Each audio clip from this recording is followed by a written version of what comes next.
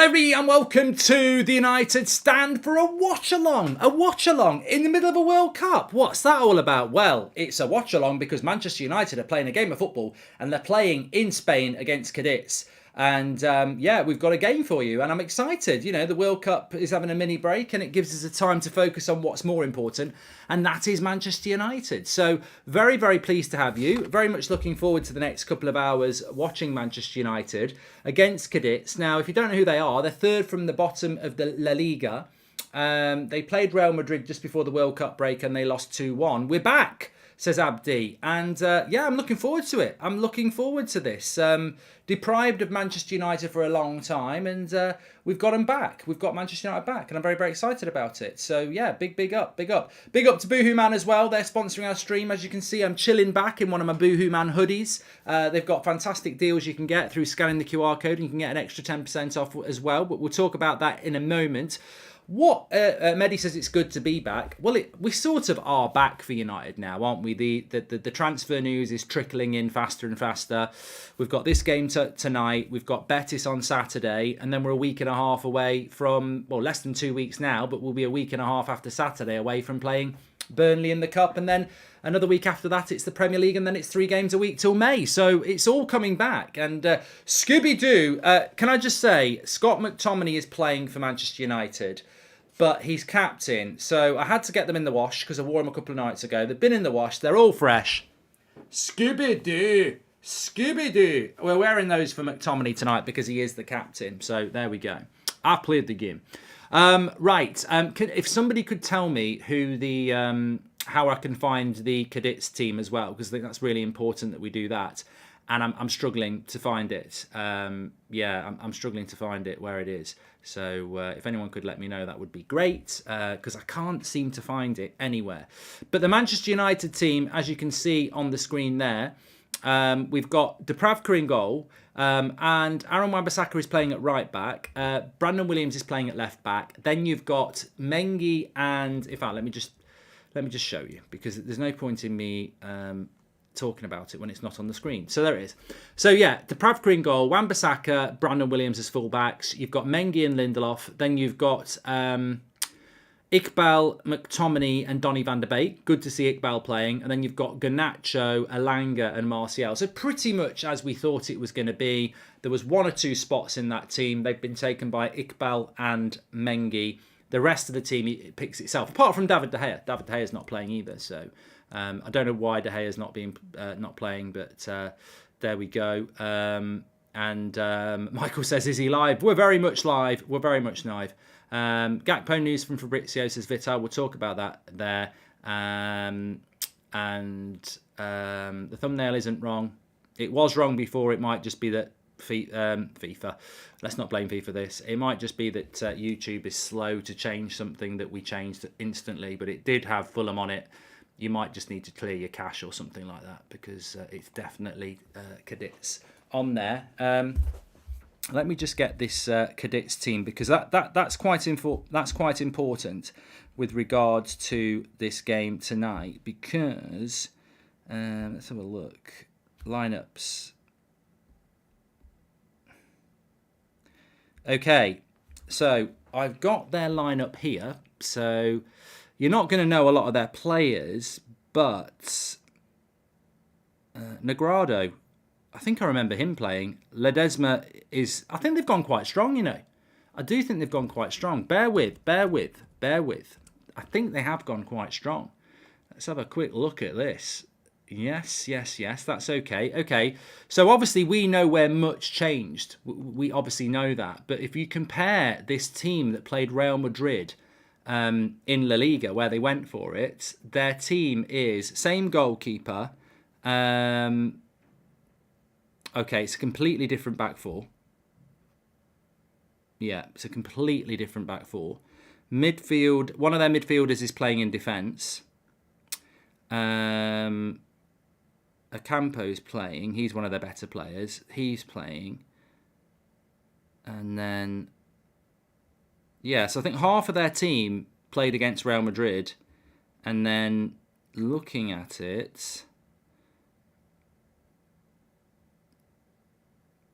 a lot of them are on the bench as well. So, yeah, it's quite a strong Cadiz side. Well, that's good. That's good. That's all I wanted to know. Quite a strong team being put out for them. Thoughts on Captain McTominay, says Owain. Well, who else is it going to be? You know, who else is it going to be? I mean, I don't really have a problem with it, really. Mark, always loved United because of Ronaldo. It's hurting to see him go, but my love is not changed for the club. Looking forward, hoping for it. Have a great season, says Jash. Thank you very much. It is a good... it's a good team. Why is Lindelof not captain, says Said? Oh, you know, everyone loves McTominay within that football club, and he's from the youth, isn't he? So, you know, he's a leader. I'm not really bothered. It doesn't really bother me, to be honest with you. Donny's playing. Yeah, looking forward to see what he can do. Garnacho. But look, the big thing for me is that this is not a pre-season friendly. This is a fitness friendly. This is about getting your fitness up for the Premier League, which is back in, you know, first team football, which is back in 2 weeks. This is not like when you go and play Real Madrid in New York. Robert McCormack says, why has he dropped Ronaldo again? Thanks for the super chats, by the way, Robert, as ever. Please smash a like on the video. Yeah, it is interesting with regards to how we're lining up, because this is not a pre-season friendly that you go and play in New York 7 weeks before the start of the season against Real Madrid for, you know, just for a bit of an exhibition and to start getting your legs used to playing football again. We're playing a game of football in less than 2 weeks. This is a competitive friendly. As I said, half of that Cadiz team played against Real Madrid a month ago, so they're treating it seriously. We have probably got 75% of our first team not here. So it is looking very, very interesting in relation to how Manchester United are lining up. So I think it'd be a difficult game. I would say we'll probably lose this. Yeah, interesting. We just a bit of breaking news as well. I mean, it's not massive. Some of you might get excited about it. It's a quote from Cody Gakpo. He says, "I haven't heard from Manchester United yet. If they come, I will think about it with God's help. I thought about Man United last summer, but then that didn't happen. I didn't know anymore. Then Leeds arrived. I had doubts. Now I wait and see." So, look, you know, I mean, what sort of update is that? Well, it's an update because he's speaking, but there's nothing in there that says anything. I mean, what's he? He's not going to say in a World Cup that I've spoken to Man United and I'm going to go there. You know, we've not agreed a fee with PSV either, so it's just a bit of a nothing update, really. But on the other hand, it is still him talking. Corey, welcome to the Members Club for 12 months. And nice training match to get the boys into shape, says Peter. Yes, that's what it's all about. That's exactly what it's all about. Right. Before I carry on, I must tell you that we are sponsored by the One Football Carousel is in the chat there, but this show is sponsored by Boohooman, and the link is in the description for you. They like to do a little bit of a quiz for you, but Boohooman is all about looking good and feeling great. And as we head towards the festive season, and there's no better time to get yourself some brand new winter wear like I'm wearing here. It can be active wear as well. They've got all sorts of stuff that you can run, go to the gym, or chill with.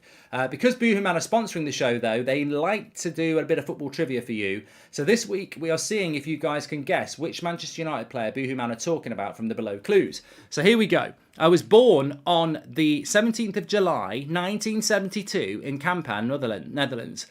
I moved to Manchester United in 1998 for 10.6 million, making me the most expensive defender in the world at that time. 10.6 million made him the most expensive defender in the world in 1998. I played 79 games for United, scoring 1 goal. I remember that goal. It was against Leicester. I'm pretty sure it was against Leicester. And when he celebrated, he was like doing, you know, moving away. And yeah, I remember that goal. I thought he scored more than 1. Trivia question, I'm sure he scored against Leicester. Away, I think it was as well. During my time at United, I won 3 Premier Leagues, 1 FA Cup and 1 Champions League, and I'm currently the manager of FC Cincinnati in the MLS. He also managed Reading in the Championship. Do you know who that is? Do you have the brains to know who that is? Plenty of you do. David Clayton, Liam Parker, Rushy, Emmanuel. It's Yapstam, of course it is. And did he score again? I can't check this. Did he score his goal against Leicester? Anyway, of course it's Yapstam. As always, Boohooman have given United Stand a discount for this video by scanning the QR code next to me or clicking the link in the description and using the code Goldbridge. Then you can get an extra 10% off at Boohooman, excluding certain sale items. Thanks so much to Boohooman for supporting today's show. And of course, Christmas is coming. You can get yourself some fantastic lounge wear or active wear. loads of stuff available, and treat yourself for Christmas or somebody else with that code, that discount code, which is next to me. Goldbridge, scan the QR code. Did he score against Leicester? Has anyone found that out?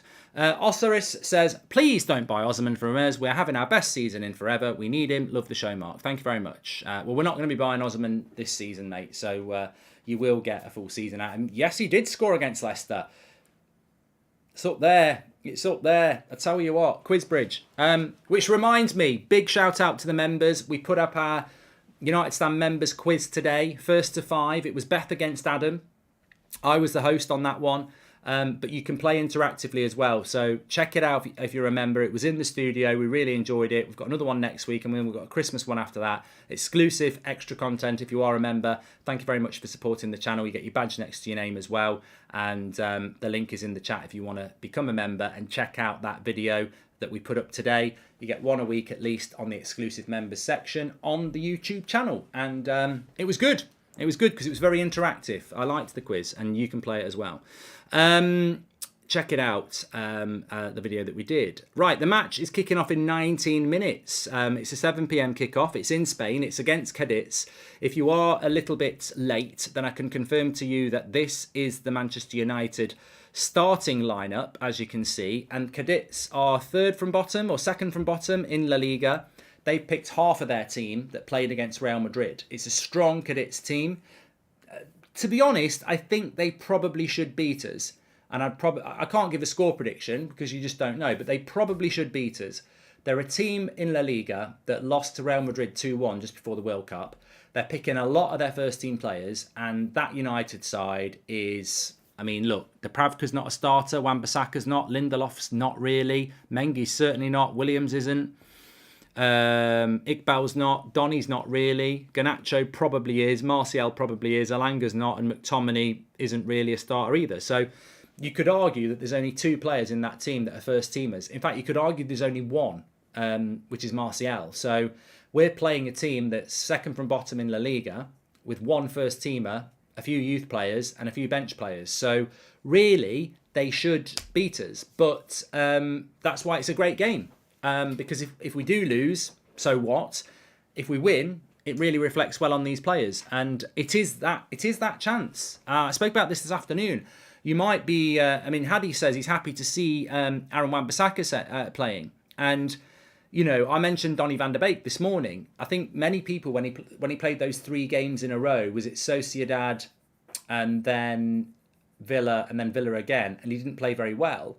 I think people thought that's the end of Donny van der Beek, and maybe he would have been right. But of course, with this World Cup and that Burnley game coming up, we don't really have a lot of choices. So I think Donny van der Beek's got a really big chance, 2nd, 3rd, 4th chance, whatever you want to call it, to use these couple of weeks to really force himself back into Ten Hag's plans. He's been fit now for a couple of months, and really, if he doesn't start delivering tonight and on Saturday and ahead of that Burnley game, then he probably will be gone. But there is a chance there for Donny.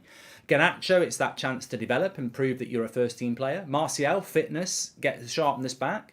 Alanga, let's just wait and see. McTominay, you know, obviously he's valued, but he's not a normal starter. But with Casemiro going deep, he might want to, you know, prove he can do that job as holding midfielder. So look, you know, Wan-Bissaka back in. Is there a way back for him? Will we buy a right back, or will we use Wan-Bissaka there? Brandon Williams is another one. So it's interesting. I think there's a few interesting dynamics to this. Would you rather swap most of the team at half-time or only make a couple of subs? Love the show, says Fienton. Well, yeah, I mean, that is something I don't know what's going to happen in the second half. I mean, we've got player ratings that you can vote for, and I would hope that most of this team plays 70 minutes, but he might change it completely at half-time. I don't know what the value in that is, really.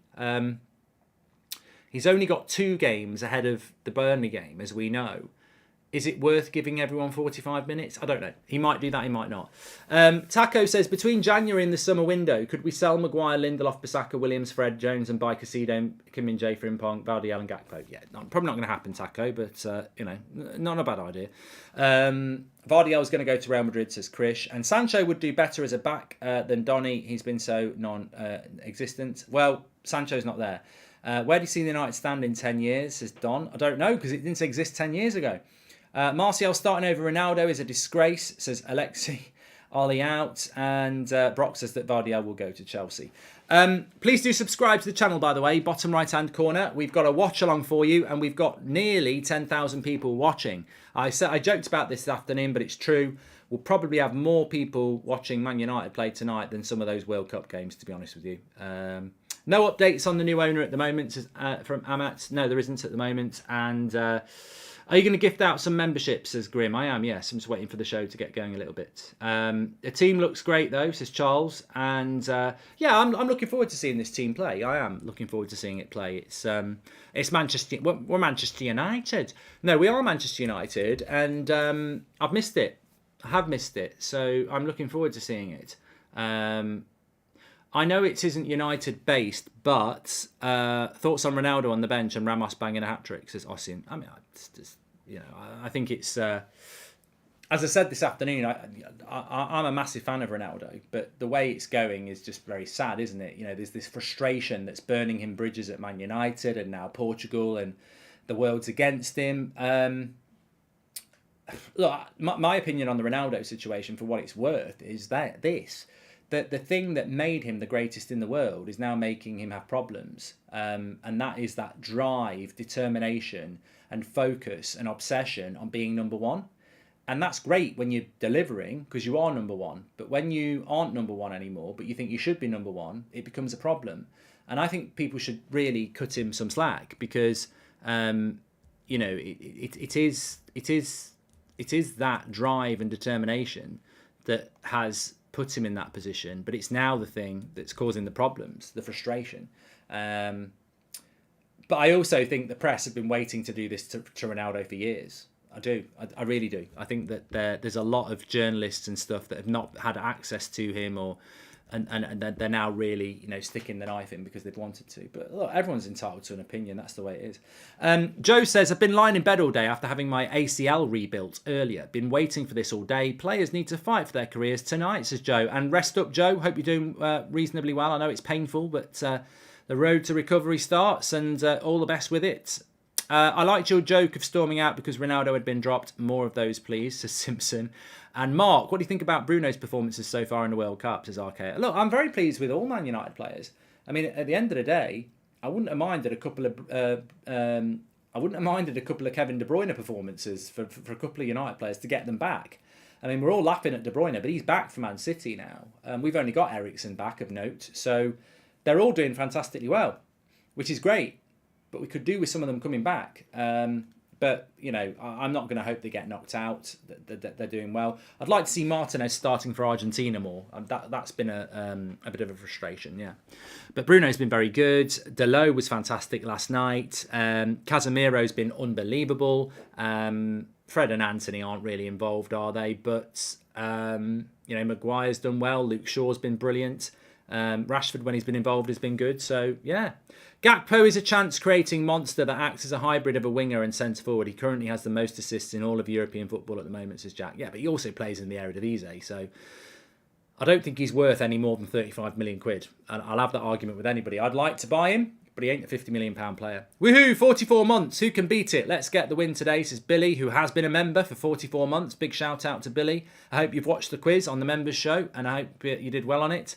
Shay says, do you think this is Donny's final run of games to prove himself before Bruno comes back? Yes, I do. But it's a well-trodden path with Donny, isn't it? Many of us want him to do well. Some people have given up on him, but at some point he's got to start delivering, and that's why I don't see tonight as pre-season. I see it as Brandon Williams, Aaron Wan-Bissaka, Mengi, Donny van der Beek, Iqbal, Garnacho, Alanga. Those players are playing for their futures. Martial isn't, McTominay's not, Lindelof's not, but the rest of them are. They're playing for their futures. Like, can you have a future at United for people like Iqbal and Mengi and Alanga? Can you be a first teamer for Garnacho? Are you going to be sold Brandon Williams and Wan-Bissaka? So look, Donny van der Beek as well. So yeah, score predictions very hard to do. Do you know why De Gea isn't playing or on the bench, says TH30. I've got no idea. He's not on the bench and he's not playing, and I don't know why that is. I don't know. I don't know why David De Gea is not involved. I initially thought, well, it's just about giving other people a chance. But then I was like, the more games De Gea plays, the more comfortably he gets in the system. So, yeah. The lineup, if anyone's not seen it, is Dubravka, Wan-Bissaka, Lindelof, Mengi, Williams, McTominay, Iqbal, Donny, and then Garnacho, Alanga, and Martial. Why isn't David De Gea playing for Spain? Well, nobody is anymore. They got knocked out. Could you see Donny as cash plus player for Gakpo, Mark, or worth keeping Donny till the end of the season, says Kurt? I think anybody who thinks that we're going to do Donny van de Beek plus cash for Gakpo is a fool. An absolute fool. It's not going to happen. I'm telling you now, it's not going to happen. He's from Ajax. He's not going to PSV. He wouldn't do that. So, yeah. Next Fabrizio show is Monday. Next Monday. Yeah, as Alan says, Donny would never join PSD. Never would he join PSV. Please do subscribe to the channel, by the way, bottom right hand corner, and smash a like. We are 9 minutes away from the start of this game. There is a weirdness to it. There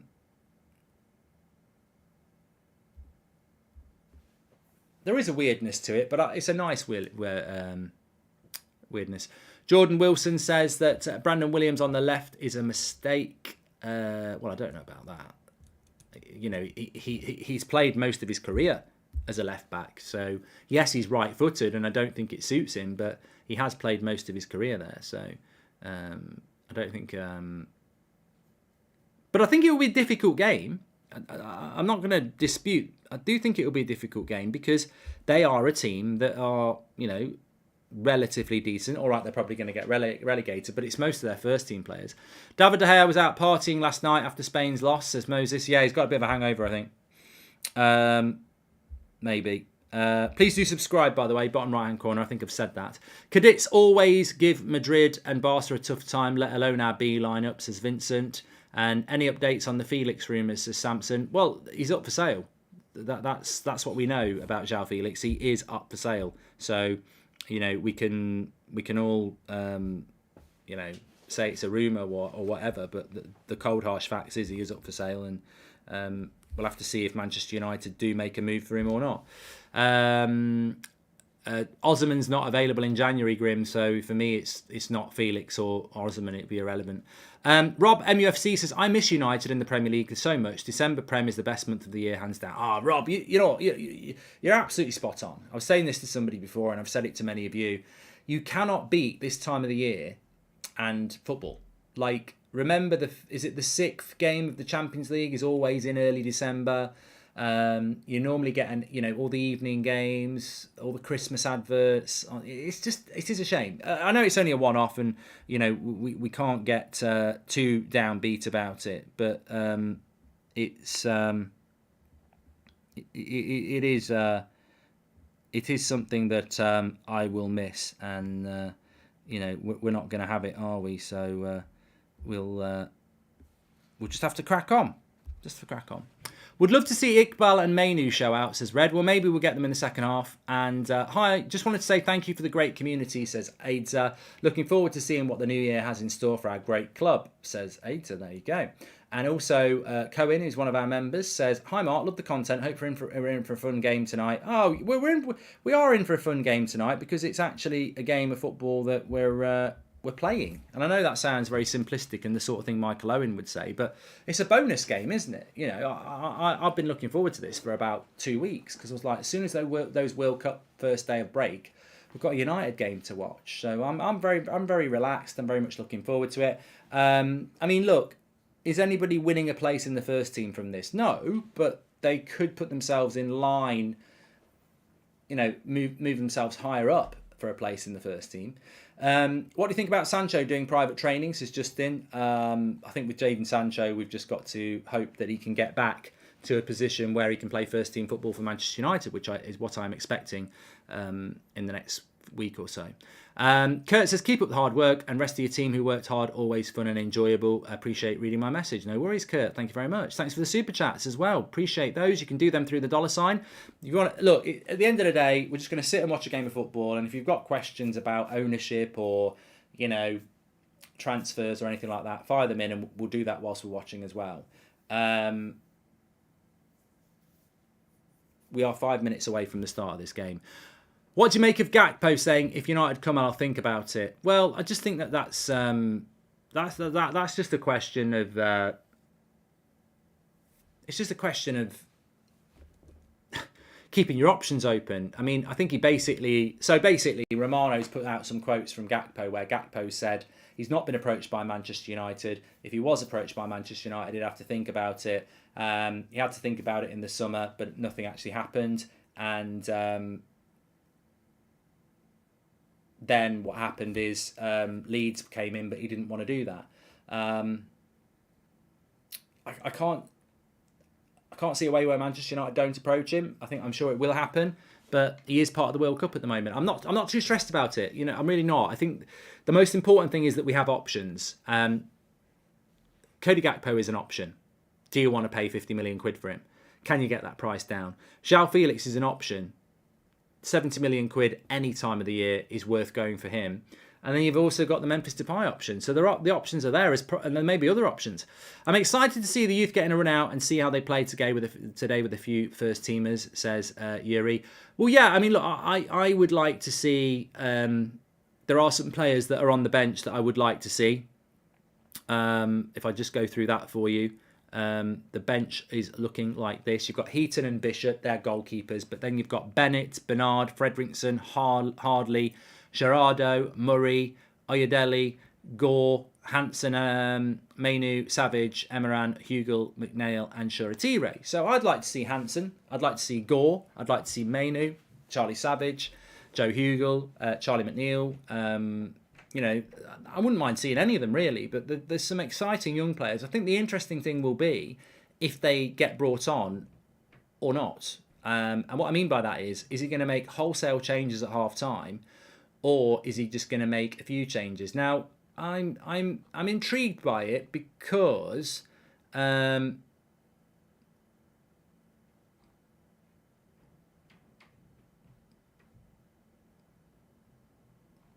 intriguing thing about it is that if we brought all those youngsters on in the second half and Cadiz stays with a strong team, then we could end up getting absolutely battered. Now, is Ten Hag bothered about that? I don't know. We'll have to wait and see. But thanks everyone who's tuning in, by the way. We are about 3 minutes away from the start of this game. I'm just going to get set up so I'm ready to go for this. I've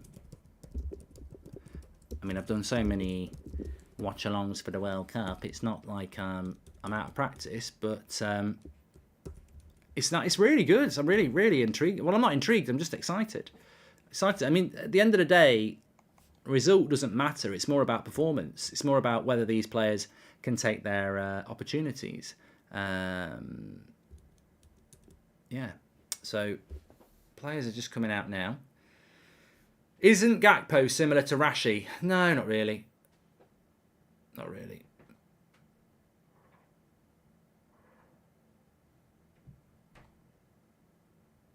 Apparently Rashi could be going. Mark, comment on Sancho. Michael, what do you want me to comment on Sancho about? Calvin says, I can't wait to watch actual football. Well, I'm you know what I'm really encouraged by is, I didn't know how many people would tune in for this, but we've got 11,000, which shows that that interest for Manchester United is fantastic. And of course, one thing I'd forgotten, I don't know why I'd forgotten it, is that this game is obviously... it's obviously being played in a stadium with people in it. Now, there will be United fans who've travelled over there for this game. I don't think the weather's been particularly good in Spain recently, actually. We might actually, come to think about it, I might just be able to get you the weather. It's 17 degrees. There's been a lot of rain every day. Wednesday it's raining, Thursday it's raining, Friday it's going to rain. So it's pretty much like, it's warmer than the UK. We're down to about 2 degrees at the moment. It's cold here, but it's a typical summer day in the UK, really. Wet and, not particularly hot.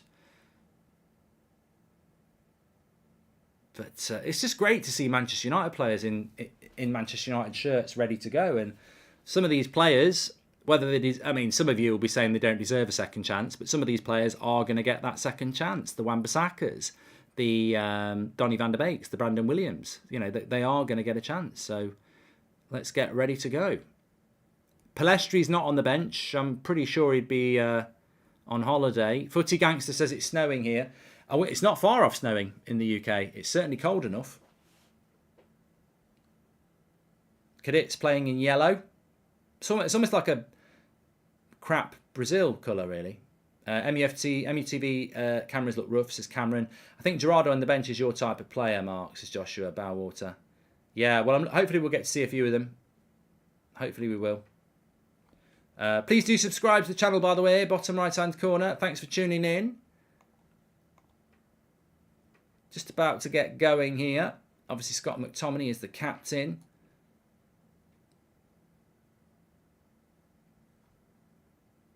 There we go. Sort it out, Scotty.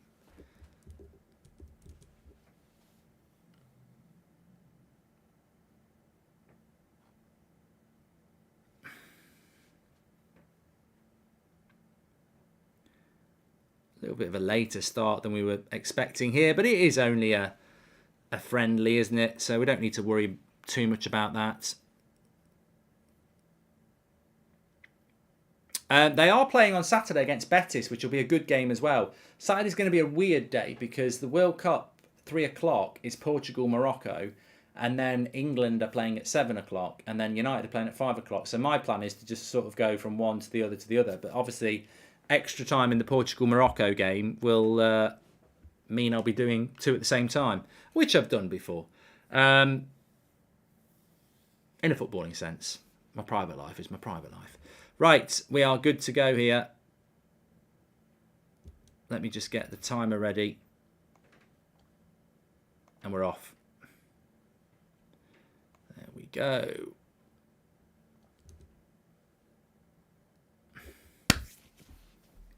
So United have kicked off here. Lindelof's got the ball at the back. Brandon Williams is playing at left back. Dubravka playing in goal. I think it's the first time we've seen Dubravka starting a game for Manchester United, isn't it? Pretty sure. Apparently he's had a good loan. Newcastle are a bit interested as to why he's not played more. Captain Scooby-Doo, first time, says Grant.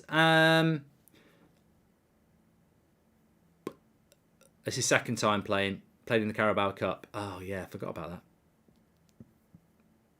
Well, he might play. Maybe that's why he's playing tonight, because he'll be playing in the Carabao Cup game. Good play by Martial there. Dropping deep, feeds it into Brandon Williams, who gets it into Alanga's feet quickly, who's actually started on the left wing. Gives it into Donny, back to Alanga, who missed it, and he could have had a chance on goal there. Nice little play. Quick movement of ball. Started off with Martial dropping deep. Spread it out wide. First time pass by Brandon Williams. Alanga to Donny. Gave it him back, but Alanga didn't right see it. Here's McTominay with a touch. Good first touch. Gets it forward. Nice to see. There we go. Nice layoff. Of course, Iqbal starting this game. Mengi as well. Good confident start from United. Lindelof's going to use Brandon Williams, is he? No. Yeah. And that's not a great pass for Brandon Williams, actually, but he's done well to find Iqbal. No, Phil Jones is a disgrace, says Christian. I mean, the thing about Phil Jones is, Christian, nobody knows the answer. I don't... Actually, there's a quiz question there. When was the last time Phil Jones was fit? Nice ball out to Alanga. So Alanga started off on the left here, which... Now Garnacho. Garnacho! Ooh, blocked. Yeah, I don't remember the last time Phil Jones was fit, but for every week he's not fit, he earns 80 grand a week. It's not bad, is it? He's not been fit... I don't think he's been fit since Ten Hag's been here. So 6 months. But, you know, you've got to feel sorry for the lad, haven't you? I mean, he literally spends 99% of his time injured. Good play by Cadiz. Cross comes in, over hit. Lovely jubbly man. This is Tumbleweed. Thanks for the super chats. Lindelof. Iqbal, that's a foul. Yeah, Williams got skipped past there, Josh, but...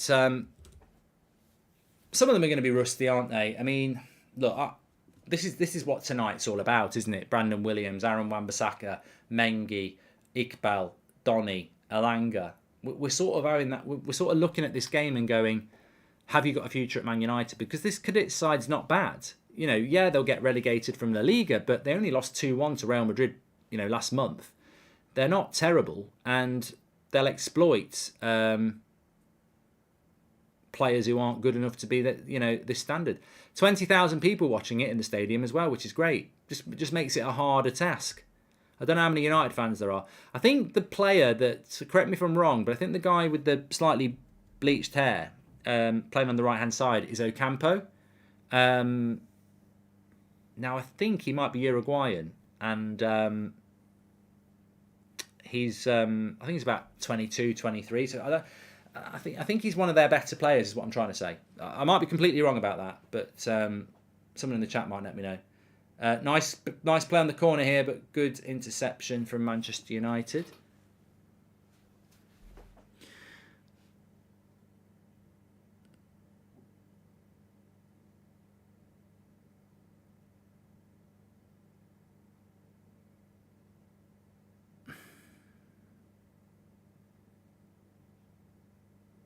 He's offside there. Hi United, says Stephen. I have a bad foot and can barely run right now. I will be happy to take 50 grand a week to sit, says Stephen Rossi. Oh yeah, I see what you're talking about there. I see what you're talking about there. Good line by Manchester United there. Caught them all offside.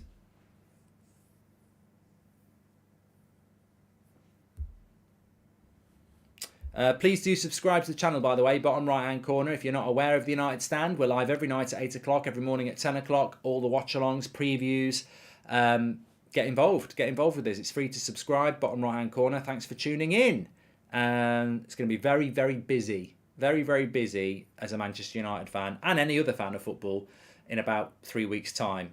3 games a week for about 5 months. That's what happens when you stick a World Cup in the middle of a season. Big game for Donny. If he can't do it versus La Liga fodder, he needs to go, says Treble Champ. Harsh but fair, probably. Hi, Mark. What are your thoughts on Vardiel? Brilliant defender, says Farrett. Yeah, he's a very good player. I'd welcome him at Manchester United. I think we all would. Why are you recording? Says, who are you most excited to see play? Look, I'm excited to see Manchester United play. I want to see how the fullbacks do. Wan-Bissaka and Williams. Both were for sale in June. So I'm interested to see how they perform. Iqbal and Garnacho as younger players, interested in that. Donny van der Beek, can he, rescue a future? Terin Mengi as well. Who's captain? It's Scooby-Doo, Robert Jones. That's why I'm wearing my tartan pyjamas. But Cadiz are in here. Good recovery by Wan-Bissaka. Both fullbacks looking a bit rusty. What camera are they using? A phone, says Sean Atwood. Well, it's not too bad for me, but I am not watching it on a massive screen. I am watching it on my laptop with a, so the smaller it is, the better it looks, which doesn't work with other things. Hi, Mark. Should United sign me? I've got the passion, says Speedy. And nice to watch United. I really like Iqbal, says Jay. Yeah, Iqbal started off well, but the fullbacks, Wan-Bissaka and Williams, are looking very rusty, which is understandable. I mean, they've not played any football all season.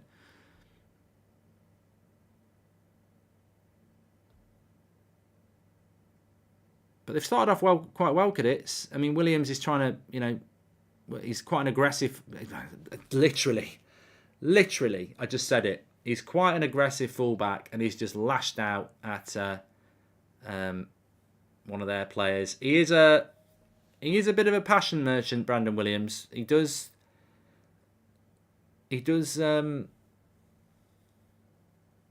retain a bit of a following because he's dirty, which there's nothing wrong with that, but he does put his foot in.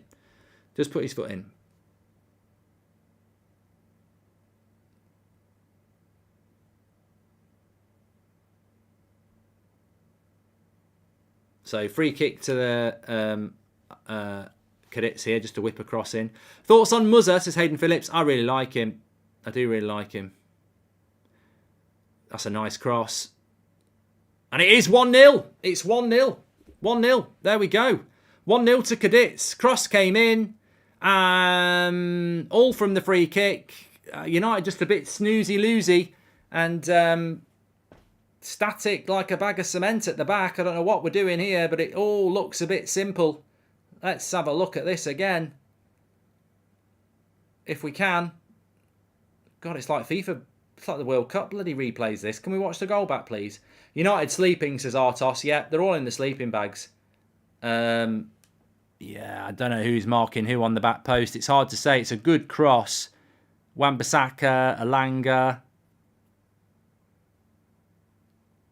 Brandon Williams. Yeah.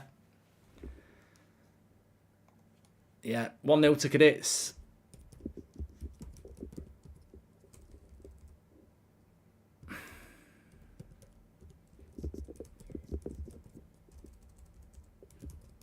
There we go. I did predict, I don't know, I'm not going to get too moody about it because I did predict that we would probably lose this game. Hard to say by how many, but this is a strong Cadiz side. I think there will be a bit of a skill gap, and Martial's done very well here, and takes a good shot. Good play by Martial there. Good shot. Good shot. Good shot. Thanks, Hassan. Thanks everyone who's tuning in, by the way. Make sure you subscribe, bottom right-hand corner. Appreciate a lot of you probably aren't able to watch it, so I'm just trying to update you as much as I can. Martial just sort of spun there from the halfway line, ran at their back four and got a shot off, and actually won as a corner. This is good. It helps Erik ten Hag figure out who cuts it. Yes, DC. The result doesn't matter. Like, if we lost 6-0, only an idiot would start going, get this player out, get that player out, etc., etc. Welcome to the Members Club, CJ, by the way. But what we are looking for here is, it's Cadiz. They are a relegation candidate in La Liga. They are a decent side when they are playing against the United reserve side, but some of those reserve players should still be able to stand out and have a good game. There will be weaknesses. I think our fullbacks have looked poor. There's no doubt about that. And we shouldn't be getting beaten 5 or 6-0. But as Kid says there, Ten Hag's literally scouting these players. That's a nice ball by Donny van der Beek to free Garnacho, who's playing on the right-hand side. He's got space. He should have played the pass there. He's still going. He should still play the pass. Now he does. And Alanga should have received that earlier. Martial could have received it earlier as well. So Garnacho should have released that a bit quicker. Hi, Mark. Lots of talk of us missing out on young talent. We've got Alanga, Palestri, Garnacho, Diallo. Not all work out, but I really believe the club try, says Cy Williams. And welcome to the Members Club, Ian Oliver. Can I just say, if you are joining the Members Club, you can do that by clicking the join button. You get your badge next to your name in the chat, like Renate's got it there going through. But we have exclusive extra members content for you. One video went up today. It was first to 5. It's an interactive quiz that we do. It was in the studio. I was the question host. It was Adam against Beth, first to 5. But they have to write their answers down and then hold it up. So it gives you time to play along as well. So if you are a member, make sure you check it out. Really enjoyed doing it, and I think if you are into United and you like your quizzes, you'll enjoy playing against everybody as well. How you've got let's get rid of that. Ajit's been a member for 5 months. Thoughts on Nunez? Thank you very much. Darwin Nunez? I think he's a good striker. I liked him at Manchester United. Mark, I've got my butcher shirt on. Great work you're doing, my fellow Brummie. Let's have a coffee together, says Paul Woolley. I'm sure we... Well, the thing is, Paul, if I said let's meet tomorrow at Costa on New Street, Birmingham, it wouldn't just be me and you there, trust me. Trust me. I was driving back from Manchester last night, and I'm listening to the Portugal game. And then I looked at my petrol light came on. I was 70 miles away from home and only had 40 miles left. So I thought, fucking hell, I have to stop at a petrol station. Stopped at a petrol station on the motorway, which was, nobody was really there. Walked in and I'm just paying, and the guy behind the counter says, I'm really sorry, can I have a photo? I was like, get recognised everywhere. Which is great. I love it. I love the fact that the community is so big. Cy Williams, welcome to the Members Club. Good play by Garnacho. Gets tackled. United trying to get back into this game.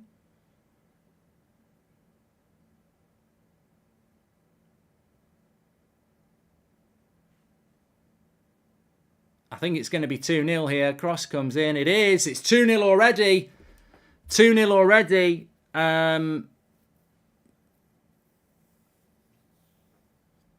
Not a great start by Manchester United here. 2-0 in 12 minutes. I said it might be difficult. CJ, I don't know how long it takes, but you should have it before Christmas if you ordered it a few days ago. Cheers, pal. Last day today for worldwide for Christmas merch if you're going to get it. But let's watch this goal back. 2-0 to Cadiz.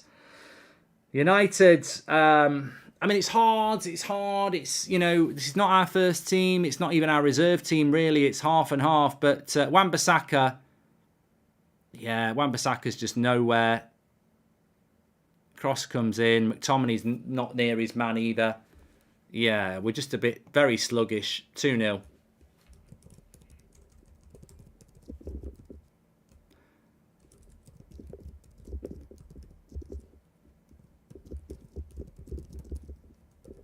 Way off the pace. Way off the pace, these fullbacks. It's called a gas station, says Kramer. And... yeah, United 2-0 down here.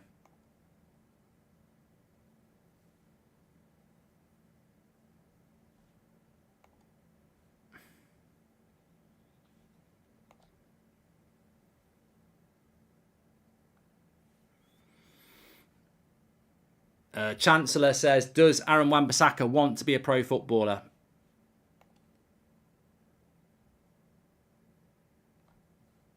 Cheers from Belgium, Mark. Clinton Carroll says, come to Brussels next bank holiday. I'd love to.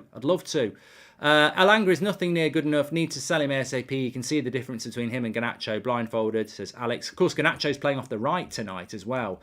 Not ideal, but let lads get game time, says Eski. Yeah, I'm not. You know what? The result doesn't matter to me in this game. The result doesn't matter.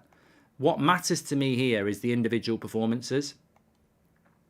I've got to change the score. I'm not used to changing the score because if it's a normal game, it does it itself. So we're back on manual here. So apologies for not changing the score. Thanks everyone in the chat who's letting me know. When it's a Premier League game or a Champions League game or anything like that, well, not a Champions League with United, it just updates automatically. But because it's a friendly, we're having to go down. We're going to manual. Do you think a bad result can hurt some of these players' chances in the future? Yes, Super Willie 58. I do. I think we're judging these players on individuality, which is why I think the player ratings we're going to do in the second half, where you mark every player out of 10, 6 being the average, I think that's more important than the result. There's no excuse for any individual player to play shit. You could lose 6-0 and, you know, Lindelof, Martial could have a good game. But, that's what Ten Hag's looking at here. He will be looking at Donny van der Beek, Elanga, Wan-Bissaka, Mengi, Brandon Williams, and he'll be looking at those players and he'll be going, can you be part of my future plans? That's what he'll be thinking about. Garnacho is, Martial is, McTominay is. Free kick on the edge of the box for Manchester United here. It is 2-0, Aman. Yes, it is 2-0. And, it's a little bit harsh because it's not all on... Lindelof's not been at fault for these goals.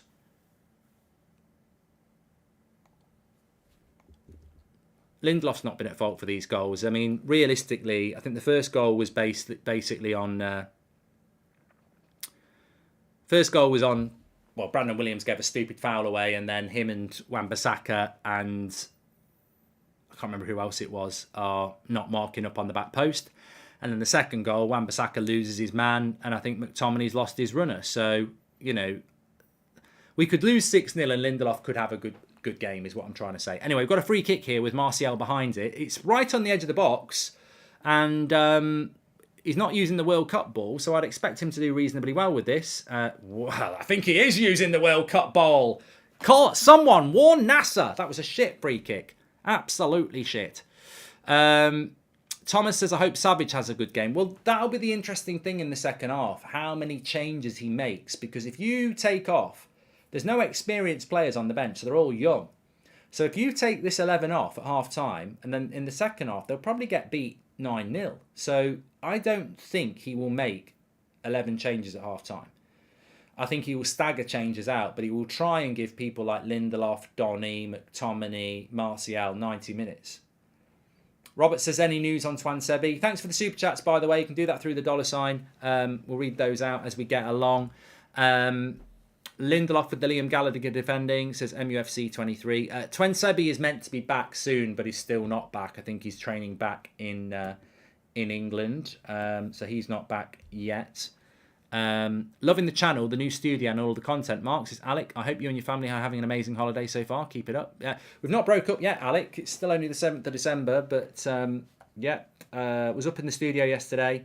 Really enjoyed the members video that we've done. So make sure if you are a member, you check that out. You'll really enjoy the quiz. And it's nice to be in the studio. Nice little play by Martial. I mean, Martial's dropping very deep, isn't he?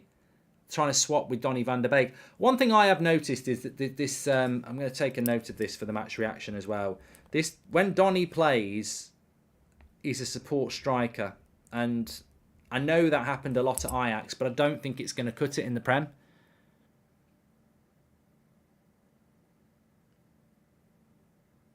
Hi, greetings from Nigeria. Thoughts on Sancho, says Jeffrey. I like Sancho. It's a shame he's not involved today. Well done, Donny. Gets it back.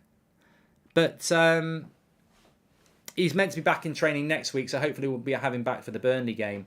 I mean, I'd much rather have Sancho off the left than Garnacho on the right tonight. I mean, I don't think Elanga... I like Elanga, but I'm getting to... even as a fan of Elanga, I'm getting to the point now where it's almost like it's becoming more and more obvious that he's just not good enough. I've always said he should be in the Championship developing. And nice play by Brandon Williams. Here's an Elanga. Can he shut me up? No. Doesn't even win a free kick. This is a good play. This is good play. And it's a goal. It's a goal for Manchester United. No, it's a penalty. It's a penalty for Manchester United. Dan Weller, welcome to the Members Club. So it's Iqbal who wins the penalty. Fantastic play. Any thoughts on Ronaldo's antics in the World Cup, says Steve Coyote. We'll come back to that. Aaron Wan-Bissaka so good for us with his first season. What happened to the lad, says Jace. It might just be confidence. Yeah, you need to fix your scoreboard. Still at 0-0, says Grant. No, I don't. It clearly says 2-0.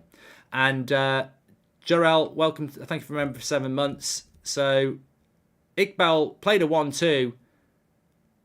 Got through, and Martial will take the penalty. It went in anyway.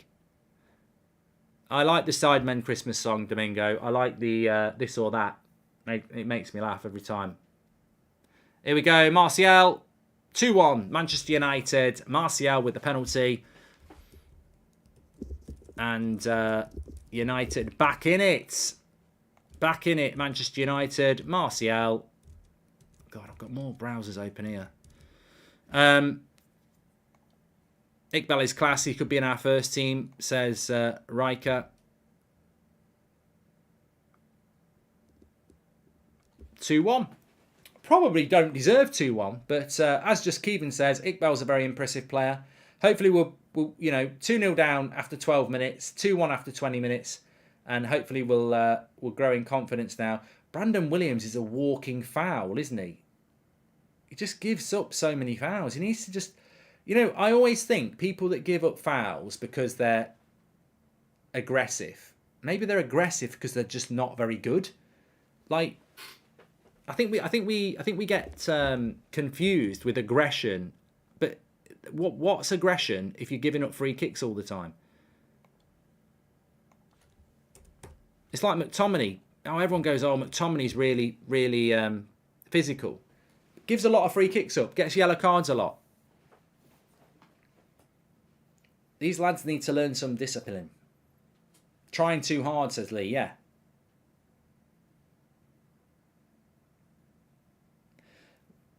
We should call them Mario and Luigi because they're Smash Bros, aren't they?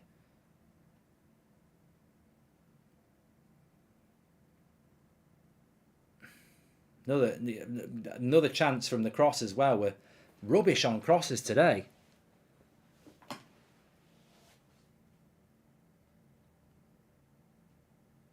So kiss me under. Another foul here. Lindelof this time. Mark, should we recall Ahmad to replace Elanga? Says us. I think if Elanga's going to have any future in the game, he needs to be on loan now. If I was Elanga's agent, right, here's a message, right? If I was Elanga's agent and you're thinking about the lad's career, future earnings, your future earnings, however you want to look at it, I'm telling you now, if Elanga stays at Man United, in 2 or 3 years, he'll be playing lower league football. These are his development years. If you want Alanga to be a decent player, he needs to develop. He needs to be playing week in, week out in the Championship. Whether it be for Birmingham, Reading, whoever you want it to be, that's where he needs to be. And he's not. He's getting cameo minutes in the Premier League that he's not ready for. And what will happen is he'll keep getting those cameo minutes until we get a player. You know, he's only playing because we haven't got enough attackers. As soon as Ten Hag's got enough attackers, he'll say you can go on loan now. And he should have gone loan 2 years ago. So basically, it's actually damaging Alanga's development because he should have gone on loan 2 years ago, but he's been kept because we don't have enough attackers, which is not good enough to be. He's not developing. And by the time he goes and gets his development years, he'll have probably missed the boat because he'll be into his, be approaching his mid-20s. Donny doesn't cut it for me, Mark, says Tony. Wanted him to do well, but don't think it's going to work. He's not done much again, I must admit. Agree. I hope Erik Ten Hag brings talent in, not passion merchants, says Jude.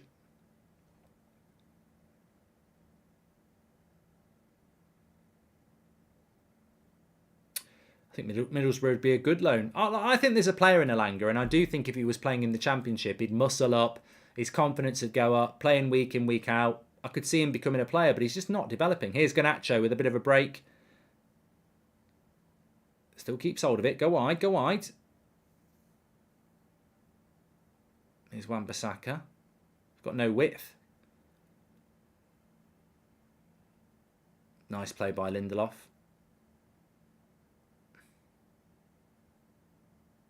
Here's Martial off the left, sorry. Gets tackled.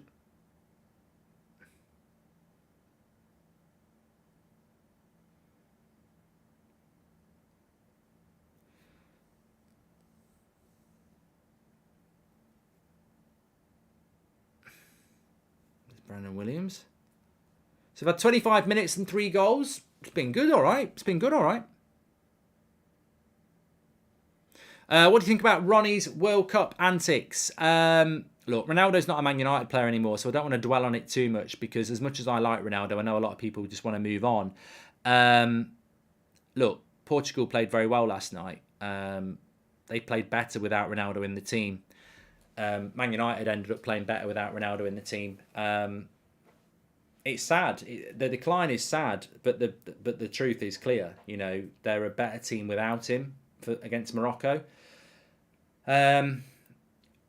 You could argue that him being dropped was tactical, but I don't think it was. I think he was dropped because of petulance. So he's sort of, he's done himself there because if he'd not moaned about being subbed off in the group game, he probably would have started. And now by moaning, he's been dropped and somebody's come in and tactically been better than him. So, yeah, it's sad about Ronaldo, but look,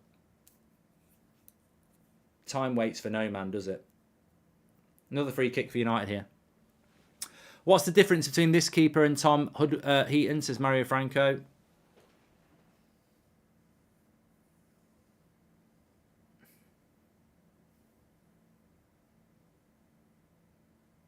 Foul on Alanga. Yeah, it was a foul as well. Mohammed says, is it a trophy game? No.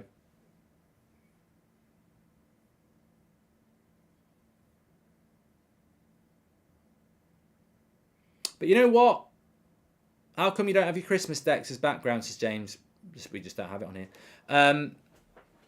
Donny's on the free kick. Let's just wait and see. And then I just want to say one more thing on the Ronaldo thing. Donny has put a cross in. It's a good cross. I don't know why McTominay didn't just head that on goal. He tried to head it back. I thought it was a good cross and he should have had a header on goal. One thing I would say about Ronaldo is Morocco parked the bus and Spain got absolutely no joy out of whipping crosses into the box. And I think with Ronaldo on the team, that might be a way of exploiting them. I've got to disagree on Alanga. Very low ceiling and he will never make it, says Rory. Flog him like Liverpool did to Brewster and Solanke to raise cash. Look, you might be right. You might be right there. You might be right on Alanga there. I'm not going to deny that you're not. But what I'm saying is we'll never know if he stays at United playing. He's just woefully over reaching in a United shirt. You've got to. We're not playing Mejbri, are we? We're not playing Ahmad. They've gone out on loan to develop, and that's exactly what Alanga needs to do.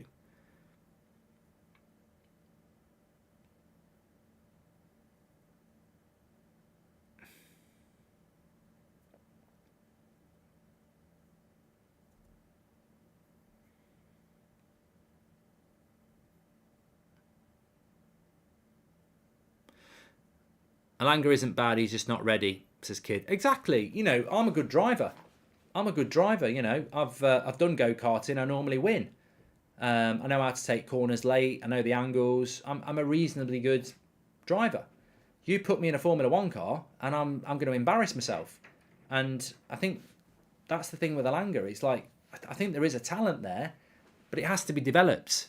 You can't go and develop in the F1. You've got to do your groundwork. You've got to do your apprenticeship, and yeah, and it's not Ten Hag's fault. Rangnick did it. Rangnick was using him because he had nobody else. I just think he's been used because there's nobody else. And look, I'll never slag the lad off, because when you think about it, last season in January, Cavani was injured, Martial had gone, Rashford got injured, we had Ronaldo, Sancho, and Alanga, and that was all we had. So he was actually playing for us. He was actually a help for us. Do you think Garnacho should be loaned out to further his development, to Stephen? No, I think that sometimes you get a player like a Ryan Giggs where, all right, they're young, but they're ready. And I think with Garnacho, it's worth not loaning him out, because I think he might be ready. So look, David Beckham went on loan. Ended up being a first team player. World class, sorry. Ryan Giggs never went on loan. So I think Garnacho falls... I'm not saying he's Ryan Giggs, I'm just saying he falls into that category of player that doesn't need to go on loan, in my opinion. Just joined, sorry, what's the team? Says Scott Marsh. It should be flying around the screen, but I'll just double check. I don't know whether it's stalled. Okay, yeah, we'll get it. We'll get the stats carousel going round. There you go. There's the team. So Dubravka's in goal. Aaron Wan-Bissaka's right back. Lindelof and Mengi and Brandon Williams at left back. Iqbal, McTominay and Donny. And then Alanga off the left, Garnacho off the right, and Martial through the middle. Wan says, it's a shame Palestri is not here for this game. It would have been nice to see. Well, he's not here because of the World Cup, isn't he? I know what you mean, but yeah. That's that. Key thing with Alanga is you see he works hard. He just needs to work hard regularly in games. He won't get it here. Garnacho, Martial are looking sharp, says SK. Thanks very much for those super chats, by the way. ZK says, I left for 25 minutes. I come back and it's 2-1. Well, they cruised into an early lead. Cadiz. Terrible defending by Manchester United on both goals, but we've settled now and got ourselves back in the game, which I think is important, because you don't want it to end up being an absolute thrashing. So United have had a corner here. They've gone to Williams. It's a crap cross, and we've won another corner from it, though. Please do subscribe to the channel, by the way. Bottom right-hand corner to do that. You're very welcome on the United Stand. We're live every day, 8 o'clock at night, 10 o'clock in the morning. And any breaking news, all the games, watch-alongs as well. Cross comes in, it's cleared away. So bottom right-hand corner to subscribe. Thank you for everybody. We're going to be gifting away some channel memberships in the second half as well. If you're a member of the channel, you get a little badge next to your name in the chat. But also we have exclusive extra content for you as a thank you for supporting the channel. And we uploaded a video today, which is an interactive quiz you can play. We filmed it in the studio. 1st to 5. You can play it along with us. Check it out if you're a member. Vincent's... sometimes you read a chat and it just makes you laugh. Vincent says, Williams is genuinely crap. He hasn't played a lot of football for 6 months, mate, to be fair. I mean, I don't want to just sit here defending players, because, you do have to critique and be fair whether you think a player's good enough for United or not. But Brandon Williams and Aaron Wan-Bissaka haven't really played any football for 4 or 5 months, so they're going to be a bit rusty, aren't they? My opinion on Brandon Williams, based on his career so far when he's been fit, when he was at United and when he was at Norwich, is that when he first came through at United, I thought he was a good player. A lot of people wanted him to play ahead of Luke Shaw, and he looked decent. But I don't like right-footed left-backs unless you're Dennis Irwin or Cancelo and you're world-class, and he's not world-class. I also think that when he first burst on the scene, he looked quite good. But what sometimes happens with young players when they burst on the scene is they look good, and it's mainly because the opposition don't know anything about them. They're an unknown quantity. And then the more they play, the more people know what they're about, and then they almost get figured out a little bit. Now, you normally see that more with wingers and strikers, to be honest with you. And I saw a bit of him at Norwich, and I think that's his level. I think from what I've seen of Brandon Williams, I think his level is Norwich. A team that's maybe in the Premier League, maybe in the Championship. And maybe Ten Hag can get more out of him. We've seen him get more out of players already. But initially, my thought is that Brandon Williams is a lower Premier League, higher Championship standard player. I can't see him being a Man United player. And he was for sale in the summer, so I don't think Ten Hag sees it either. Similarly with Wan-Bissaka, I think Wan-Bissaka is a Crystal Palace right-back or West Ham. So a mid-table right-back is what I think Wan-Bissaka is. I don't think he's ever going to be a top 6 right-back. But he's made a good overlap run here.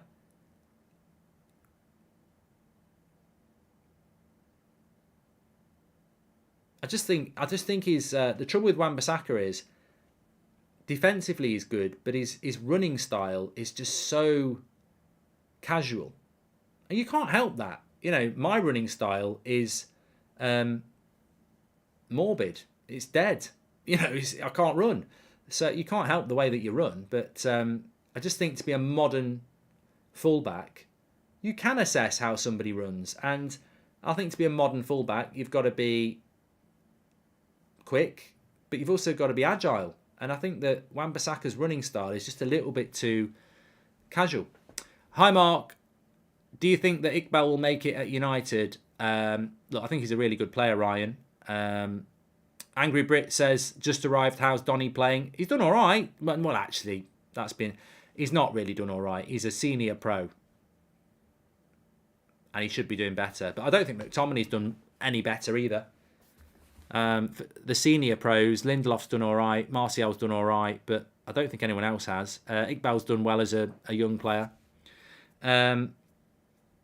Sean Turner says, agree or disagree, the only player that could possibly be United level is Garnacho. For me, the rest aren't good enough. And please don't say Martial. He's had years to prove himself. Yeah, but I think also, Sean, as a striker in this team, you are living off scraps. It's always...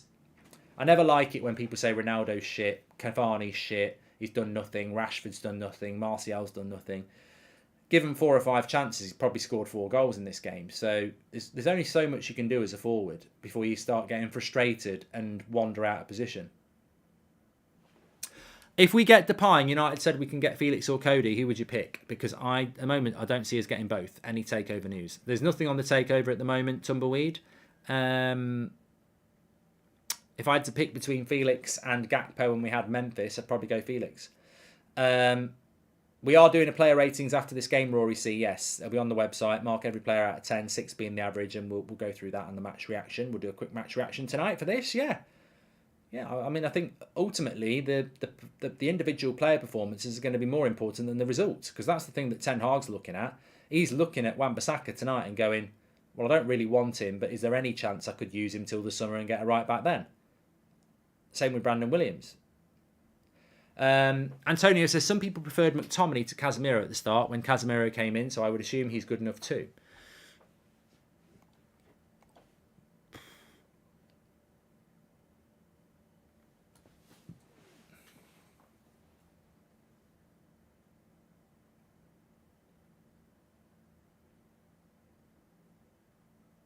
Remember, some of these players might be putting themselves in the shop window as well. That might be Ten Hag's motive as well. That some of these players put themselves in the shop window.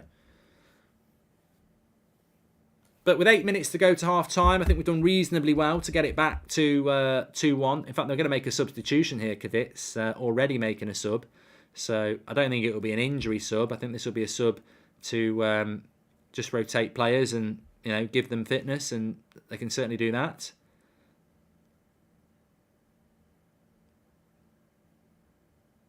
A squad full of senior pros for Cadiz.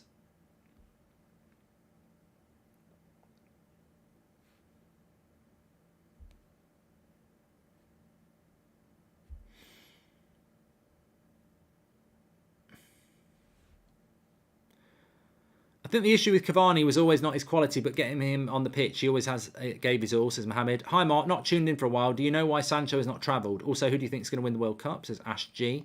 Donny needs to play as a 6. He can tackle and play the simple pass. I prefer Donny in a deep position, Tom. But remember, this is the manager that basically made him. So yeah, he likes him as a 10. False. McTominay was simply in very good form when Casemiro came in, says the Inquisition. Made no sense to remove him at the time. Thank you very much. And Jack says, I honestly do not believe Williams is good enough to be in the top half of the table team. And do you think Garnacho with good coaching could become maybe as good as Beckham, maybe slightly lower? Well, Jack, I don't think he's a similar player to Beckham. So I think it's difficult to say. Garnacho runs at players way more than Beckham ever did. Beckham was a... Oh, McTominay, what the fuck was that? Cadiz have got the ball back. Nice ball there. Love you, Mark, says Channel. Thank you very much. Channel of Chucky. Please do subscribe to the channel, by the way. Bottom right-hand corner. Going back to the Sancho question, he's been doing individual training and will be back at Carrington next Monday when the players are back from this trip. I think Eriksen will be back as well, having gone out of the World Cup and had a week and a half off.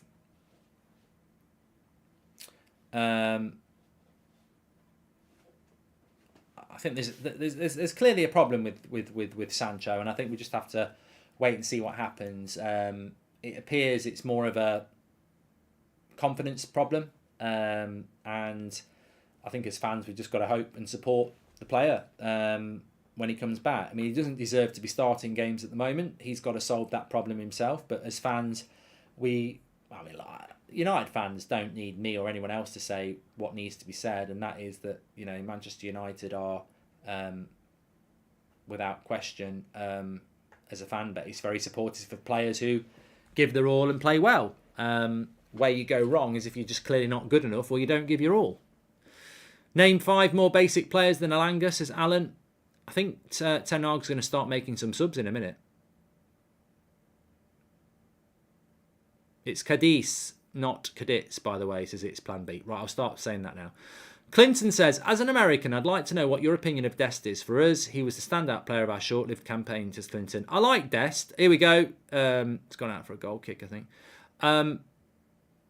I like Cadiz, or however you pronounce it. Sorry, I like Dest, but I also thought that the left-back for the United States played very well. And he plays for Fulham. So would I buy Dest based on a World Cup? I wouldn't buy anybody based on a World Cup. And I actually think United States' best players were Tyler Adams and Muzza.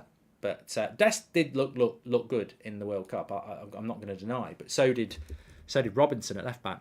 With any luck, the Glazers will sell soon and we can get some owners that are willing to invest. The team lacks depth in all departments, says Drew. Well, we need some players back for the Burnley game, because if we're lining up anything like this against Burnley, I think we're in trouble. And the interesting thing is, for the Burnley game, Eriksen will be back, Sancho will be back, but it won't solve our fullback problems, will it?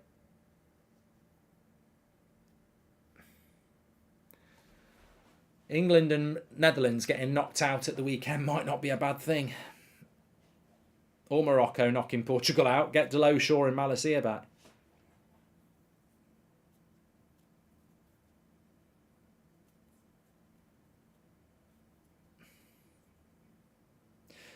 Betis on Saturday are a good side, by the way. They are actually in the top 6 of La Liga. Now, I don't know how many players they've got playing in the World Cup, but if there's a lot of people watching this game, there'll be a lot of people watching Betis play Man United as well, and they've got the potential to give us a bloody good hiding. So we might have to be... Oh, Wan-Bissaka's just been had on toast there. Lovely cross. Fullbacks really have struggled in this game.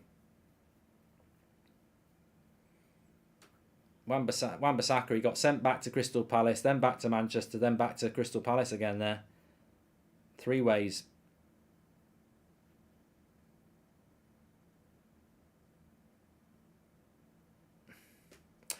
Job says, any updates on Manchester United making an update for a defender? Nothing that I've heard at the moment.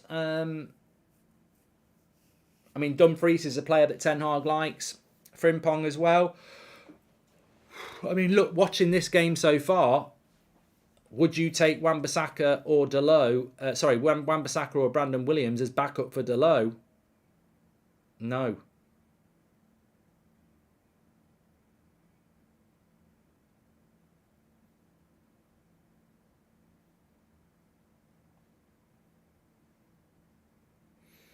Here's Garnacho. Overlap of Donny, but gets tackled and then thrown to the ground. No foul. Oh, Brandon Williams again. Ref says play on. McTominay, fucking hell. What is he doing? Tripping people up off the ball.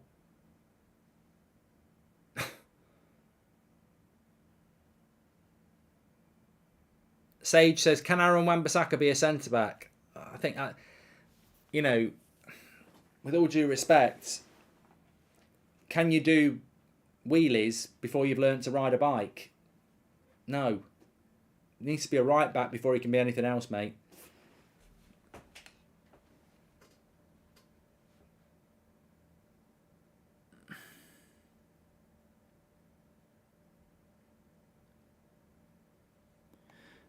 Please subscribe to the channel, by the way. Bottom right-hand corner to do that.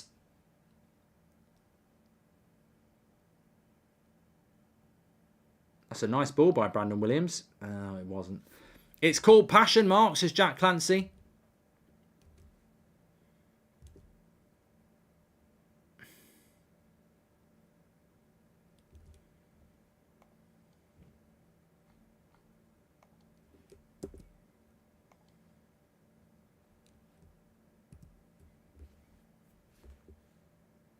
Iqbal's been player of the half for Joshua.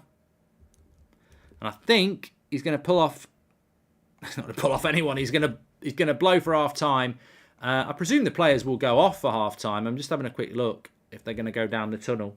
2-1 at half-time. Manchester United losing at the moment. They've done well to get back to 2-1. McTominay's having a bit of a moan to the referee. I mean, it's a friendly, mate. Just get in the dressing room and focus on your own game. They need to act like Bruno. It's about individual performances, Scotty. It's not about the referee. Let's just get on with it. Wan-Bissaka is awful, says Ben Casey. Yeah, get your thoughts in on the half-time. Manchester United losing 2-1 to Cadiz. I think it is. I don't know. But more importantly, I think this game is about individuals. Individual performances this half. That's what we're looking at. So, what are your thoughts on that? What are your thoughts on the individual performances at half-time from Manchester United players? Some of which are trying to break into the first team. Some of which some are trying to break into the first team as young players. Some of them are trying to prove to Ten Hag that they should have a future at Manchester United. So, what are your thoughts on that half there? Williams is doing all right, says Leo J. I think Williams and Wan-Bissaka have been poor, but I would say rustiness is understandable.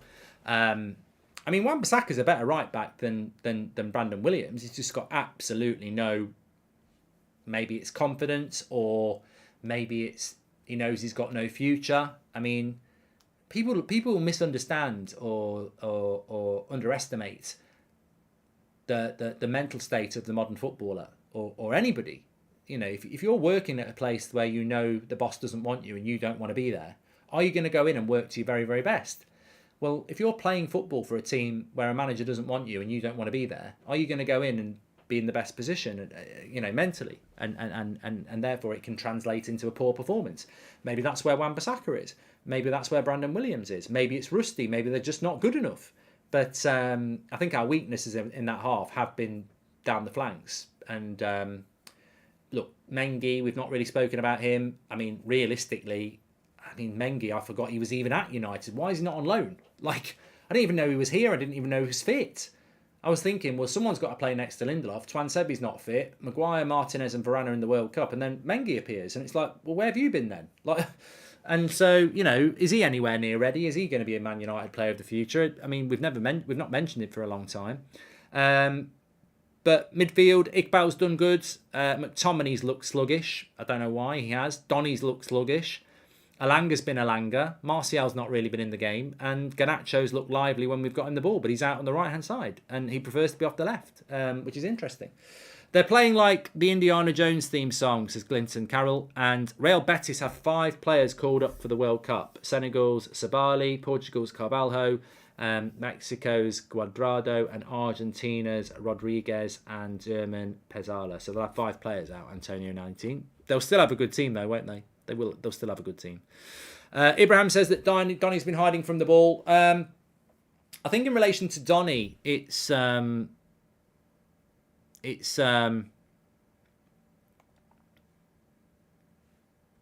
regards to Donny van der Beek, I noticed that every time he plays as the 9, he's playing so close to Martial, and it just takes him out of the game. I don't think you can play with a support striker in the Premier League. Bruno does it quite well, but I just don't think it works. I'd rather see Donny van der Beek playing deep next to McTominay and Iqbal playing as the 10. I don't like Donny as a 10. I've got to be honest. I know it's probably his favourite position. It's certainly the position that Ten Hag likes him. A lot of our fan base and a lot of the world think it's Donny's best position. But actually, the games he's played well for United tend to be when he's taking the ball off the back four and just going box to box. I think if he was playing there, he'd have more of a chance as a United player. But as a number 10, it just doesn't look like it's going to work. Weird thing with Dumfries, says Rory C. If we sign him, we need to sign another right back because Delo won't stick around to be number 2. Exactly. You're right there, Rory. You're right there. And Antonio 19 says, I think only one of those being Carvalho is a regular starter. I might be wrong, though, says Antonio 19. There we go. We'll do a bit of research on Betis ahead of the game on Saturday. We'll drop a preview for you on Friday for that. But look, this game really is about individual performances. The scoreline doesn't matter massively. In fact, at the moment, I'd take 2-1. I think they're better than us. They've got better players than us. They've got a lot of their first-team players playing. We've arguably only got one first-team player playing, which is probably Martial, Garnacho maybe. We've got a few young players that wouldn't be anywhere near this team if the World Cup wasn't on. And then we've got a few bench players that wouldn't start either. So to be 2-1, I'm quite comfortable with. But it's not about the result. It's about the individual performances. And I think from that half, Iqbal's played well. Lindelof's done okay. Garnacho's done well. Martial's been okay, and that's about it. I think everyone else has been below par. The goalkeeper, Mengi, Wan-Bissaka, Brandon Williams, McTominay, Donny, and Alanga. So I would want those players to be performing better in the second half. Have we been taking this seriously or just been a kickabout? Well, the reverse clouds. If I'm Ten Hag, I would be saying at half time, look, the result doesn't matter, but your individual performance does, and your collective performance does.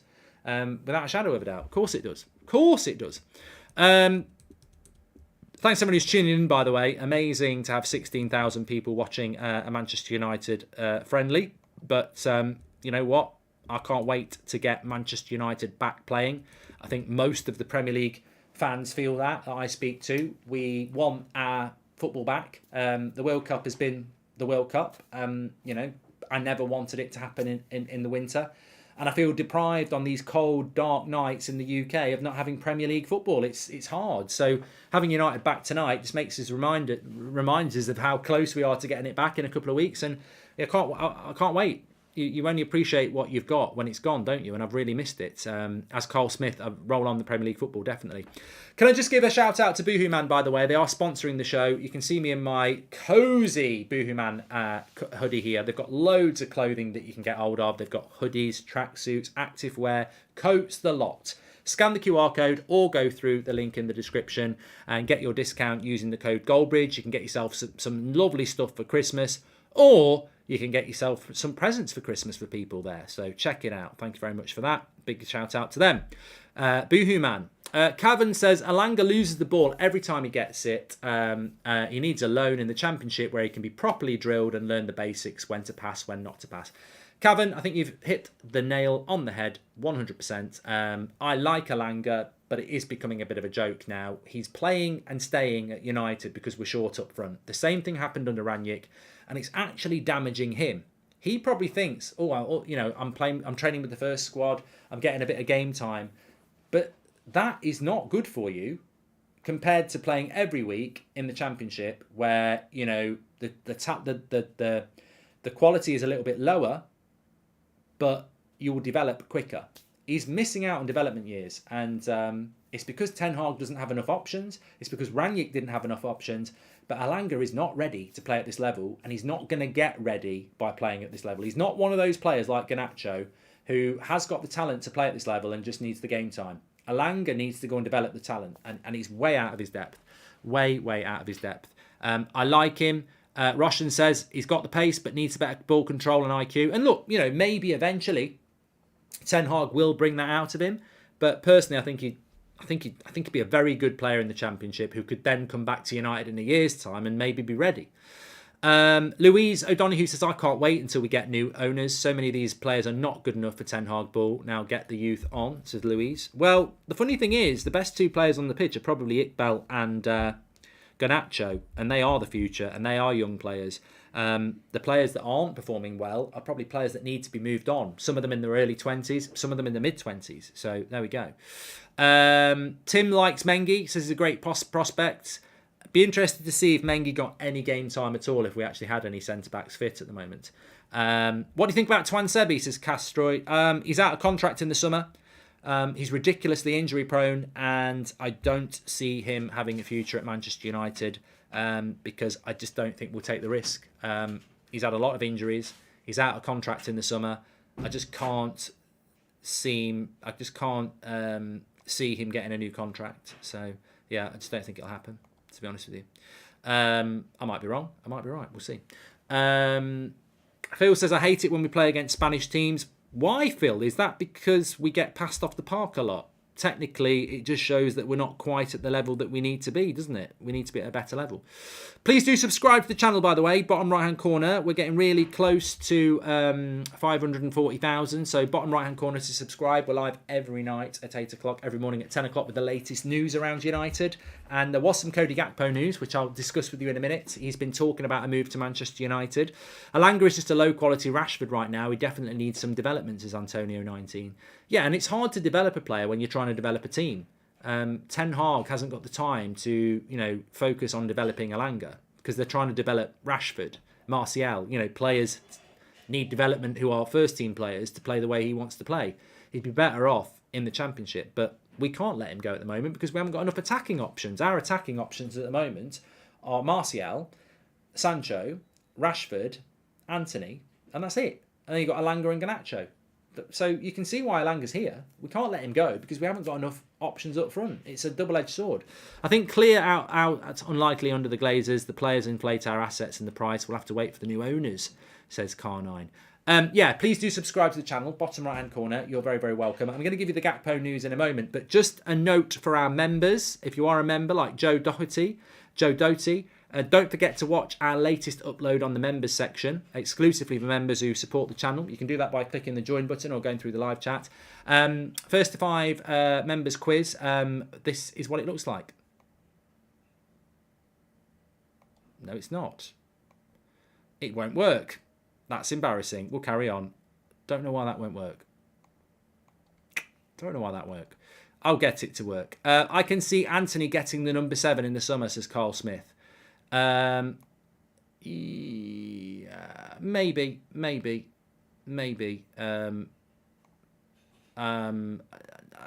It probably will come from a current player, I suppose, but I would certainly keep it quiet for a little bit. I don't know why that didn't work. I'm very disappointed. Actually, you know what I'm going to do? I'm going to play it on here. So for the members section, I know why it won't bloody work. It's not going to work anywhere. It won't work anywhere because I've deleted the clip, so that the link path won't work. So you can't physically watch it, which is a shame. But there we go. We should be playing an attacking 4-3-3, says Rico. Well, I'll be very interested to see what he does in the second half. Very interested to see if he makes wholesale changes or whether he just makes a few changes. I've got my United Stand logo, says Uhtred. Today, it's wonderful. Cheers to you and all the United Stand followers, says Uhtred. Can I just say, if you're looking to get any United Stand merch, whether it's mugs, Butcher hoodie, Christmas jumpers, midnight tonight, if you want it for Christmas, is the last date. We can guarantee it. So check it out on United Stand Shopify. I feel so sorry for Donny. What a player he was, says Shivam. Can I just say this? Well, I will say it anyway. There was an update from Cody Gakpo today. Fabrizio Romano has tweeted it out. What did he have to say? Well, he had this to say. He said that I've not had any contact from Manchester United at the moment. But if I did have some contact from Manchester United, I would have to think about it. He basically said that he had some contact in the summer, but he also had contact from Leeds as well, and that Leeds wasn't the club that he wanted to go to at that time. So, look, he's being asked about Manchester United. That's good news, I suppose. But I think that with regards to Gakpo, he's not going to obviously speak about Manchester United openly at the moment. So, I do think United are discussing that deal, and I do think that Manchester United can do that deal, but we're not going to get Cody Gakpo coming out and asking to come to Manchester United when he's playing in a World Cup. On price, I think that I would rank Cody Gakpo at about 35 million quid. I don't know what anyone else in the chat thinks, but for me, that's where I would be ranking him at about 35 million pounds. Hopefully, I'm going to get this to play now. So if you want to become a member, click the join button. If you're already a member, don't forget to check out this new video that uploaded today. It's an interactive members quiz. You've got to see it to believe it. You can see it now. Who scored Manchester United's last goal of last season, and it would have been the third goal against Brentford at home in a 3-0 win? God. That's a tricky one. It is a tough one. That is tough. I wouldn't have had a bloody clue. I might add in that they were a defender. I think I know who. I thought of it before you even said it. I might get it wrong now, but. Well, you can see if Adam or Beth got it right, and you can play against them on our interactive members quiz. We're calling it First to Five, see who won, but you can compete against them because there's plenty of time for you to write your questions down as well. Make sure you check that out if you are a member, like Antonio19, and check it out exclusively for the members who support the channel. Really appreciate that. If you want to watch it and join the members club, you're more than welcome. Click the join button. But just a big reminder to the members to keep an eye out for that because it's out now. Antonio19 says 35 million for Gakpo seems a bit low. And Mark, I'm missing the Football Manager series. Never mind the Premier League games. That'll be back soon, David. Don't you worry about that. Don't you worry about that. Few of you got that question right, by the way. Let me just say that. Anyway. Let me just say this. On the Gakpo price, the reason I think that £35 million is too much. The reason I think £35 million is the right price is because let me just start the second half timer here. The referee's not even on the pitch. My friend Nicola thinks Ollie's a better manager than Ten Hag and that Ollie wasn't given enough time. Call him a prat for me, says Alex. He's more than a prat. He's a turbo prat. Ollie better than Ten Hag. What a load of nonsense. Absolutely ridiculous. A few people are saying 35 million is too low. I'm going to tell you why it's not. Right, second half is up and running. Timer's on the screen. 45 minutes. There we go. Hi Mark, I have this theory that if sign Gakpo in January, we'll go for Kane in the summer. But if we sign Felix in January, we won't. It's sort of a development on my theory, isn't it, Shmi? I think we will go for. It. Turbo Pratt. There's a development. You've always got to develop. You've always got to be building on what you've done. I've become known because of the word Pratt, and now I'm enhancing it to Turbo Pratt. Right, let's get the thing started. There we go. So you can see the team news. I don't think United have made any changes at half-time, by the way. I might be wrong. Oh, no, I think we have made some changes at half-time. Right, okay. There are some changes. I think Mainu's on. I think Charlie Savage is on. I think there's a lot of changes. I think he's changed the whole team. Yeah, I think he's changed the whole team.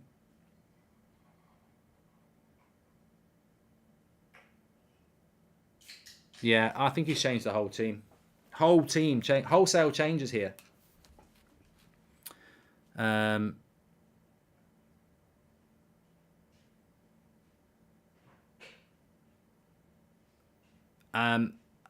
If anyone can tell us whether Cadiz have made any changes, that would be helpful. There. Everyone has been changed, Jack. Thank you very much. Joshua Bowers says Wan-Bissaka's been hooked. They've all been hooked. Look, I'm not going to disagree with Ten Hag. He knows what he's doing. He's the manager of Manchester United. I suppose the only thing I can say is, would I have done it? And it doesn't matter because I'm not the Manchester United manager. My thought process is I wouldn't have changed the whole team because none of these lot are going to play against Burnley and some of the others are. And some of them were very rusty. So I certainly think people like Wan-Bissaka, Brandon Williams, Donny van der Beek, Alanga, if they're going to be playing... Goal for Manchester United there. And I tell you what, I liked that one. I think it might have deflected in. But the youth are winning here. And it's Mainu with the goal. Lozano got changed as Antonio 19. But if that's the only change, the youth have made it 2-2 in the space of a couple of minutes here. Manchester United. We're Manchester United. And it's 2-2. And he's looked lively since he came on, Mainu. And he has made it 2-2. And we've not even had a bloody replay. Why are they not giving us a replay? Why are we not getting a bloody replay? United have made 9 subs, apparently, says Paul Irwin. And Cadiz have made 1. So, Dubravka's still in goal. You've got Gerardo, Fredrickson, Bernard and Murray. Savage and Mainu. Emeran, Hansen and Sherutire. And then McNeil's playing up front, 56. So we've made 10 changes, haven't we? We've made 10 changes. The only person who's not is the captain. So the youth are basically playing against the same team. And it's 2-2.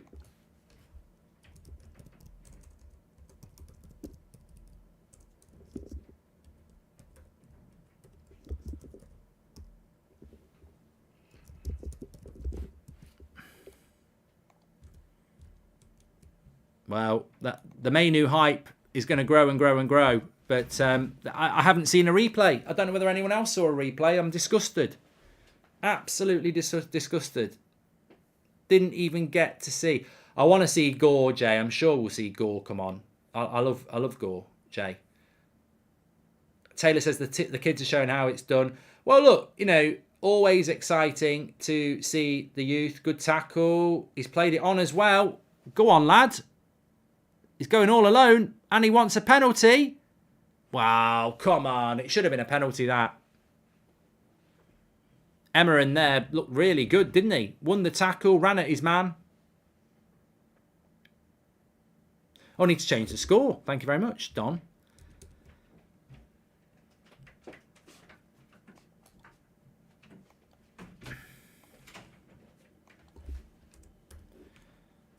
Wow, looks like Eric Ten Hag is definitely scouting the kids, says SK. And Alex and Az Ramadi also got changed, apparently, for Cadiz, says Antonio 19. So I think they've made 2 or 3 changes, they have. But the youth are up for this. Looked like a penalty to me, but wasn't given against Amaran. And...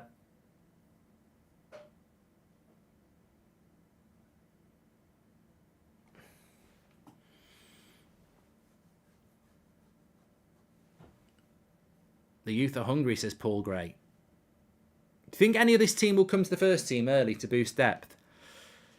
If they're good enough, they'll play. Ten Hag, if you look at his history, Ten Hag will play them if they're good enough. No doubt about that. But he also won't over-promote someone who's not ready. So, and that's what you want, isn't it, at the end of the day?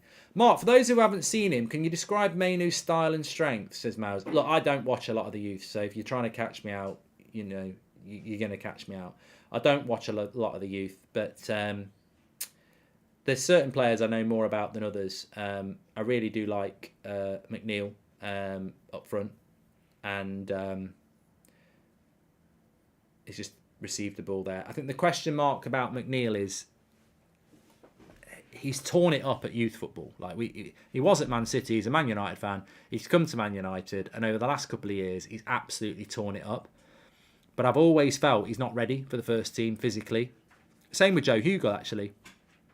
But he's probably approaching that time now where you've got to be looking at are you a youth? Loads of players are good in the youth and they never make it at senior level.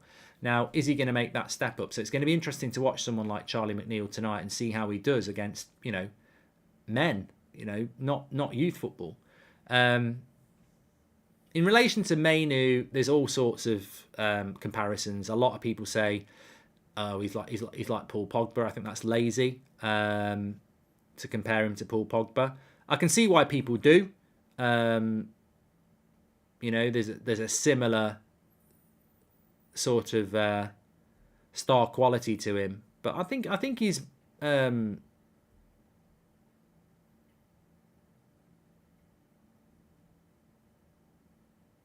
So United are on the break here. They've got a 4v3 if they can move it quick enough. They've moved the ball really, really well. Much better than the team in the first half. And that's not going to give them a foul again. They're playing really well. You know why this team's playing well in the second half, TJ? I think it's taken Cadiz by surprise. They're also really motivated. They're also used to playing with each other. And I think it's a real lesson in, sometimes in the Carabao Cup over the years, you play the reserves and they don't look very good. It's because they're not used to playing with each other. These youngsters, most of them have played together for the last couple of years, and you can see that, and they're determined, and they know everyone around them.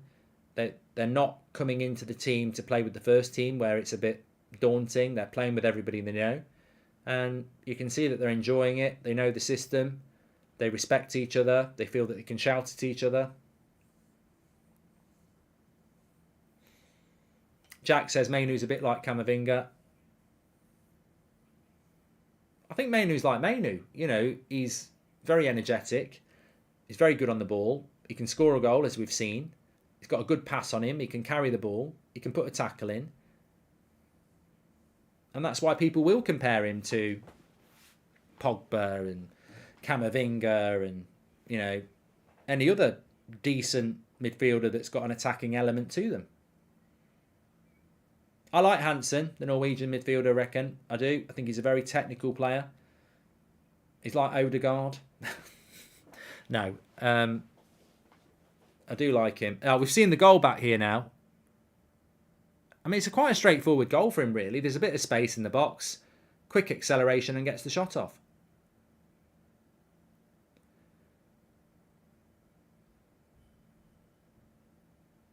I've just seen the replay there, Derek. I hope you all did as well.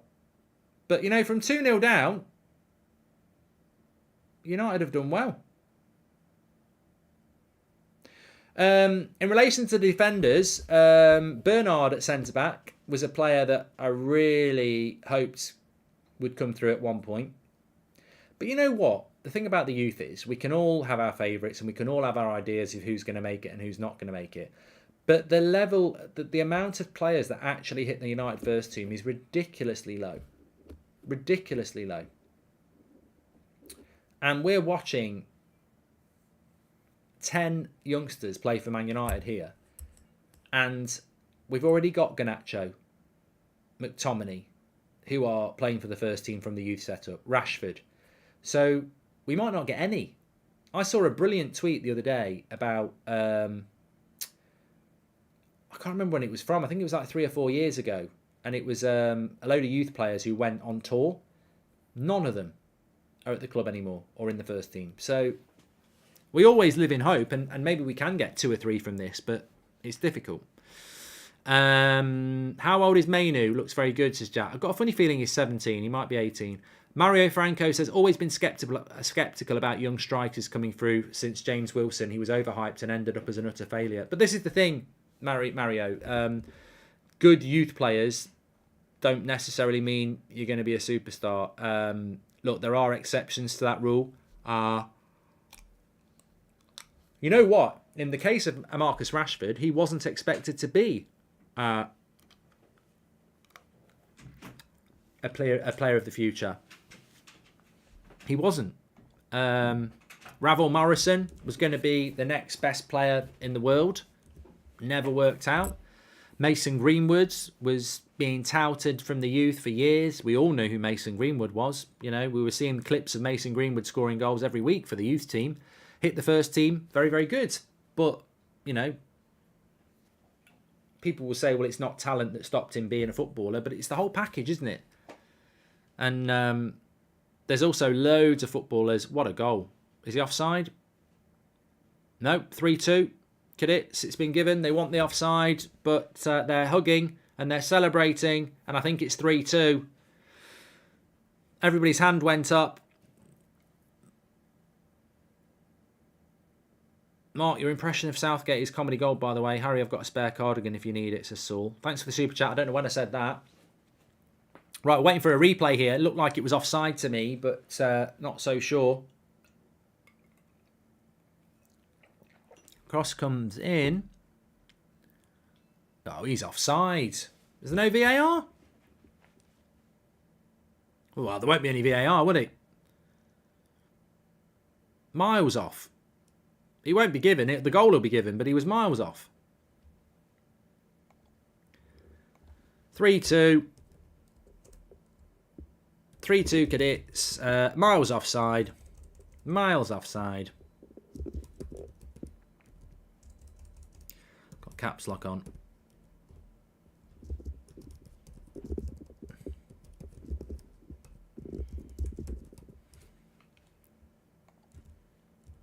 So it's 3-2. Bit unlucky for the youngsters there. They don't deserve that. They've come out firing in this second half, and unfortunately they've conceded.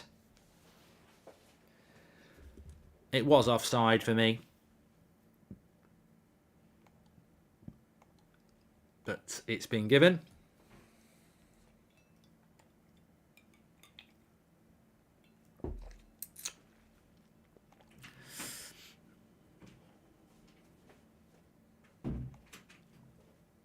Please subscribe to the channel, by the way. Bottom right-hand corner to do that. We're only 300 away from 539,000. So thanks, everyone, for tuning in. Remember, we're live every night at the United Stand at 8 o'clock. And every morning at 10 o'clock with all the latest news. So get involved with the channel. You're very welcome on the United Stand. Will we see career mode now? World Cup has died down, says Tom. I was playing today on Twitch. I gave all the updates there. I was on Twitch today. We even did the summer transfer window for career mode. So it's back probably next week, yeah. But we did the summer transfer window this afternoon.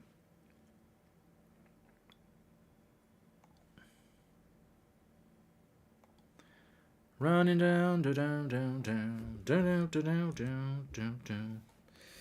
So, 11 changes, well, 10 changes at half-time. The keeper stayed on, Dubravka for Ten Hag. Yeah, I was going back to saying this. Would I have made those 10 subs? No, I wouldn't. But Ten Hag's a better man than me, and he's a better coach than me. Why would I have not made 10 subs? Because we're playing Burnley in a game that we want to win in the Carabao Cup. And in that first half, I'll have seen Wan-Bissaka, Donny van der Beek, Elanga, Brandon Williams, Scott McTominay, Anthony Martial, all look very, very rusty. And I'd have thought, well, another 20 minutes in this game is going to get them closer to where I need them to be. And with all due respect, none of these young players are going to play against Burnley. So I would have given them a bit more time. But Ten Hag is the manager. And you know what he is? He's methodical. And he probably, well, there's no probably about it, Ten Hag will have said to himself before this game even started that at half-time I'm making these subs. No matter what. Because he's a strategist. It's 3-2 to Cadiz, by the way. I've just updated the score. I'm not used to having to do it manually. But they play again on Saturday. HYS football, they do. So maybe he'll give them 60 minutes on Saturday. Scott Kelter says, Eric Ten Hag probably had enough of watching them, to be fair. And that might be a good one. Mark, massive Gakpo update on the Athletics, says Corey Lineker. Can you just tell me somebody who's tweeted it and then I can check it? Because I don't pay for the Athletic. I refuse to pay for the Athletic or any other... I refuse to pay for anything that is a written article. So I don't pay for the Athletic.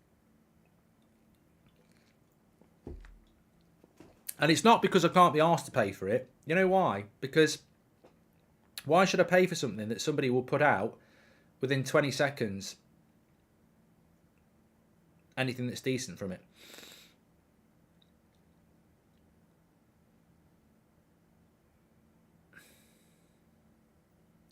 Suvic says it's slowly building match fitness, therefore reducing injuries. Look, we benefit from this. Good pressing here. Can he get the shot off? Nice little pass. No.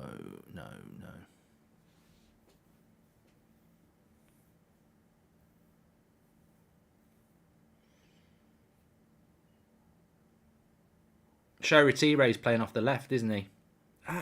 Shoretire is an interesting player. I mean, he made his debut under Solskjaer. And he's just not anywhere near the first team now, is he? I mean, I really thought Shoretire was going to be, involved a lot more than he has been. Rangnick didn't really use him. Ten Hag's not really used him. And he's sort of become, when it comes to youth players being close to the first team, he's behind Elanga. He's obviously behind Garnacho now. And again, is he another player that needs to be out on loan? He's behind Iqbal as well. Yeah. Elliot, Rob, you're right. I like Iqbal. Elliot, I like Iqbal.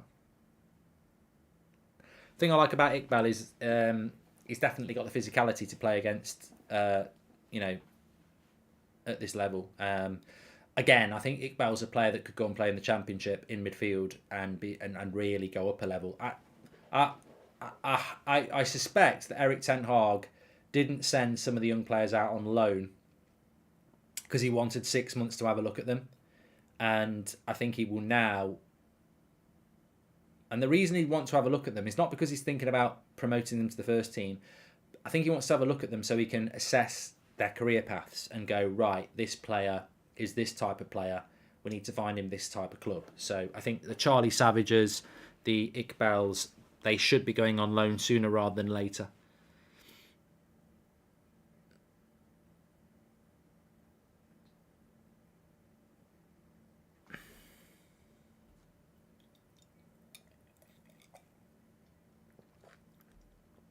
Cycling says, how do you feel about the right back Gerardo? Look, I listen to a lot of people and I read a lot of people saying this, that and the other about youth players, but I can only repeat what I've always said. It matters not to me how good a player is in the youth setup. I've seen average players in the youth setup become first team players at Manchester United. Scott McTominay, he wasn't a name that we were going, he's going to be a superstar for United.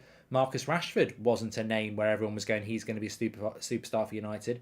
And yet now they're first team regulars. There's also, as I said, been many examples of players that are superstars in the youth team that never make it. So Gerardo looks good. I like Charlie McNeil, as I say. A lot of people talking about Mainu. There's many, many others. But until they start playing first team football, you don't know. They're all potential. Some might have more potential than others, but some people suit and they said grown-up football, but men's football more than youth.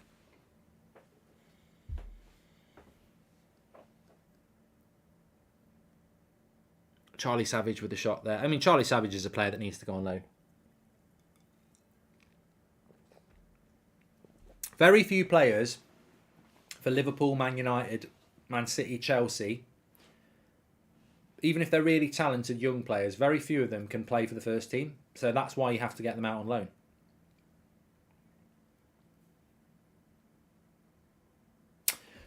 Scott says that Cody Gakpo has said he would consider a move to Manchester United should the Premier League side reignite their interest more from Anthony Hay.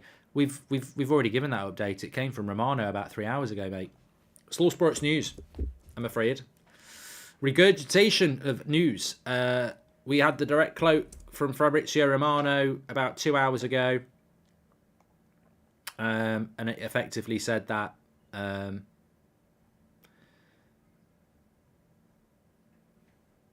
can read it out what he said, word for word. Direct quotes from Cody Gakpo.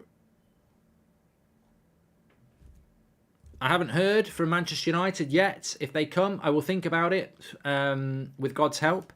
I thought about Man United last summer, but when that didn't happen, I didn't know anymore. Then Leeds arrived, I had doubts, and now I'll wait and see. So he's basically saying that if Man United approach me, I'll definitely think about it. So The Athletic may well be reporting something that Fabrizio Romano put out about 2 hours ago. So there we go. If people didn't know. I did want to go back on one thing though. I don't think Gakpo's worth any more than £35 million, and you are worth what people are willing to pay for you. And you know, history is full of examples of auctions where things go for way more than they're worth. But Gakpo to me is not worth any more than £35 million. And do you want to know why? Because he was available for £25 million at the end of August. It is now the end of November. How can a player go from £25 million to £50 million in 3 months because he scored 3 World Cup goals and kept scoring goals in the Eredivisie? You don't double your price for that. Now, the price might double because there's a bidding war. I get that, and I'm not saying that United shouldn't pay more than 35 million, but in real terms, his value is not more than 35 million quid. PSV can ask for what they like because they don't have to sell, but he's not worth more than 35. 40 tops, I would agree, Football Ed, but he's not worth it. You know, PSV were ready to sell him for 25, and now they want 50. Look, it's a buyer's market. It is a buyer's market. Cadiz's keeper's name is David Gill. Make him our CEO, says Pranoy. Would you still pay a bit more and get Felix, says Leo J? If Felix is available for 75 million, you're getting... well, it's interesting, isn't it? Because if João Felix is available for 70 million, he's cheap at that price. If Gakpo is available for 50 million, you're overpaying. But look, we bought Martinez for... How much did we pay for Martinez? Somebody in the chat tell me. What did we pay for Martinez? I know there's add-ons, but what did we pay for Martinez? And I agree with just Kevin. You've got to get what the manager wants. And this is what I'm about to say. We paid 55 million for Martinez, yeah? 50 million, 55 million. Brilliant player. Brilliant player. Signing of the summer for me. Overpriced. You don't pay 55 million or 50 million pounds for an Ajax centre-back. Doesn't matter who they are. And I know people will say, well, you know, Juventus did for De Ligt, but they overpaid as well. Martinez was 40 million pounds max, and we paid 15 million more to get him. Anthony, never an 85 million pound player. Never in a million years. 85 million pounds for a 22-year-old Ajax winger who's not even a regular for Brazil. We overpaid by about 30 million quid. Got the manager what he wanted, but they're not worth that. And again, Gakpo's not worth what he's worth. But there is a theme. Clubs see Manchester United coming, and until we get the new owners in and get new negotiators in, we always will overpay because we did it with Maguire, we did it with Bruno, we did it with Wan-Bissaka, we did it with Sancho, we've done it with Anthony, we did it with Martinez. We'll probably do it with Gakpo. And ultimately, just Keevan's right. As long as you get the player the manager wants, that's important. But imagine if we didn't overpay for all those players, we'd have tens of millions of pounds more to buy other players.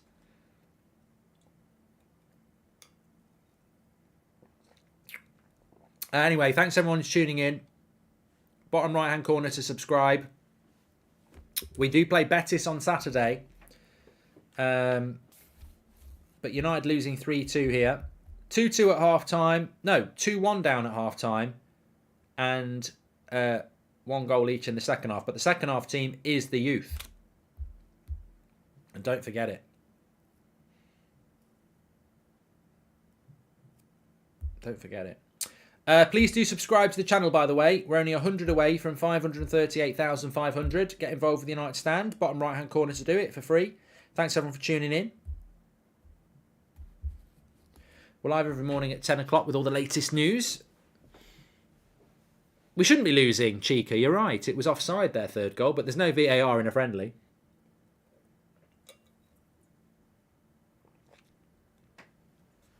It is time for a bit of a stretch, Ro. Bruno, Harry, was about... I think we spent 48 million on Bruno. Rising to 60. Yeah, Dylan, we're not updating the team. Thanks. You know how long it takes to do that? It's a friendly at the end of the day. What I can do is just do that. Let me just keep it on that. Then people won't get confused.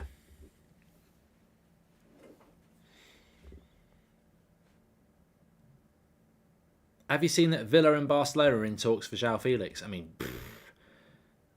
it would be a very good signing for Aston Villa. Are you booked in for a Christmas haircut, says Liam. I am. I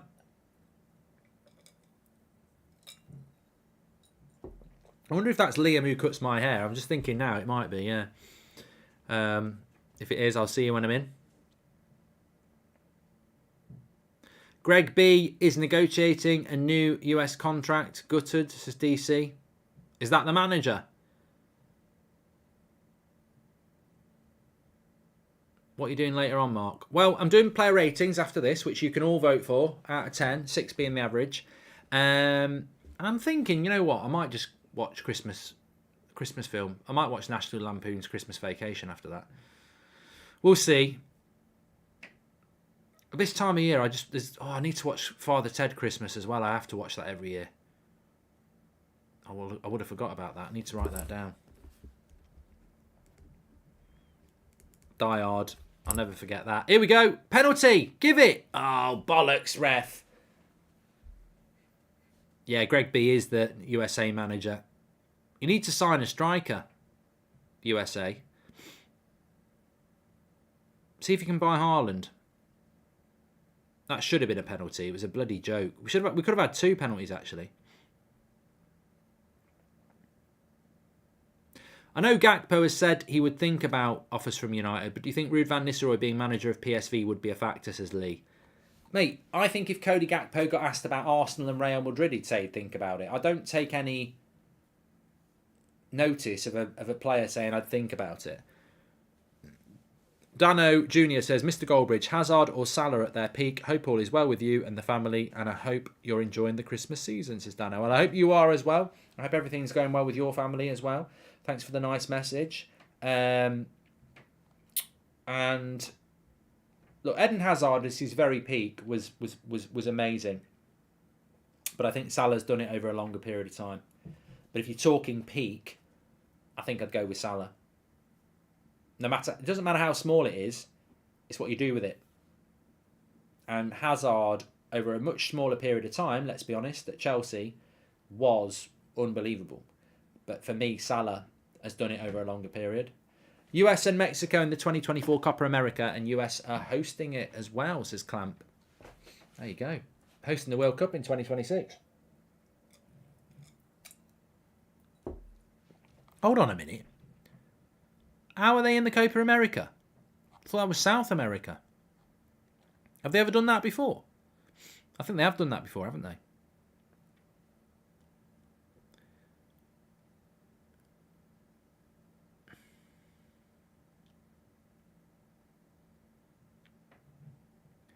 Richard Ray says, how are we losing to Cadiz? I hope that's a joke. This is Cadiz's basically first team. And we've got like 1 or 2 first team players playing. And in the second half, we've had none. It's our youth team.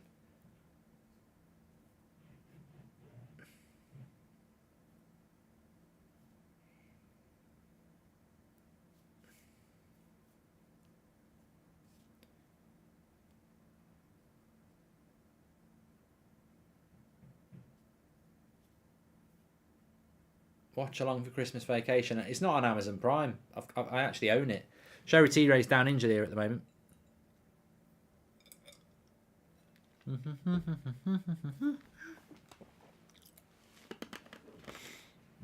Bloody hell. There's still subs that could come on.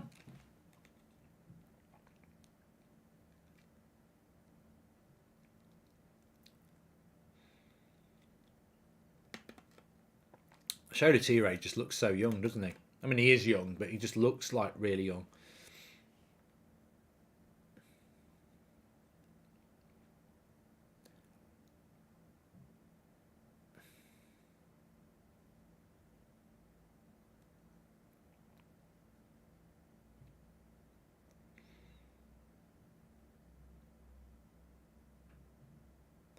Patrick says, do you think Morocco could beat Portugal? Well, they beat Spain, so of course they could beat Portugal. I don't think anybody can deny that. I don't think they will, is my honest answer. But I think Portugal have got plan B and plan C. plan B will probably be Cristiano Ronaldo off the bench. So I think that they've got a way of doing it. It's 4-2. It's 4-2. I missed that.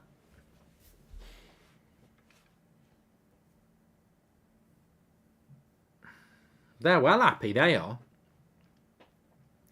They're well happy, they are. You know what? I'd go up to them when they're doing all this. They're all having a chat and a smile and they're going... Rah, rah, rah, rah, rah. If I was Show Retira, I'd walk up to them and I'd go, that's my passport. Look how old we are. All of us. Have that and my passport. We're all teenagers, mate. Yeah, a bit of a mistake at the back by the defender. And I think it was Charlie Savage, wasn't it? Got caught in possession a little bit from a pass by Mainu. And, I mean, Dubravka's not played very well. Dubravka's done full all, hasn't he? Let's be honest. Yeah, fucking hell. I mean, I've got to say in this second half, even if they conceded 5 goals, it's a youth team. It's a youth team against a La Liga team. On the topic of building up physicality, I was diagnosed with a disease a year ago and that prevented me from doing any exercise routine. I'm doing better now with what exercise are good to build my soccer physicality again, says Brooklyn Boy.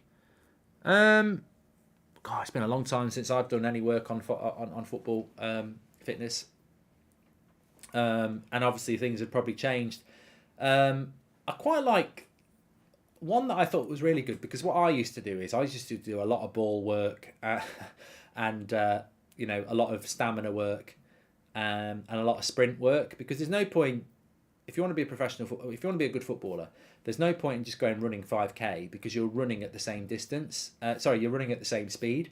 You've got to incorporate a bit of shuttle running in it. You've got to incorporate sprints and jogs and low sprints and you know, you've got to try and incorporate and you've got to incorporate the twists and the turns as well. Straight running for 5 kilometers, you're just going to run it at the same distance. That's not good enough for football. It will help your fitness, but it won't necessarily help your fitness in a game situation. So there's loads of things actually because my daughter plays football, so and they get sent you know, loads of like training programs and stuff. But there's one that Jack Grealish did which I quite liked, which is on the length of a football pitch, you basically sprint in a certain time and then you run back the other length in a certain time. So I don't know how long it takes to sprint a football pitch, but if it takes you 20 seconds to sprint a football pitch, then you take 35 seconds to get back to the other end and then you sprint again and then you halve it and you do stuff like that.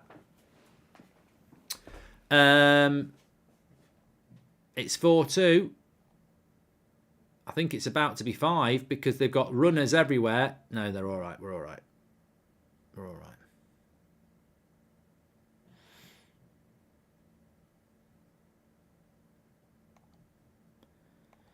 Do do do do do do do do do do do.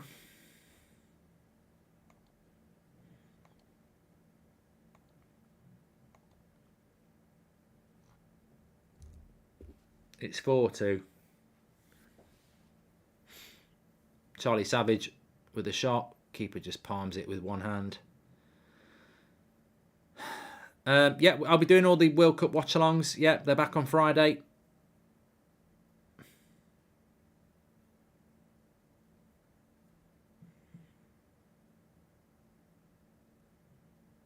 I think the youngsters did well for the first 10 minutes, didn't they? And then I think they've...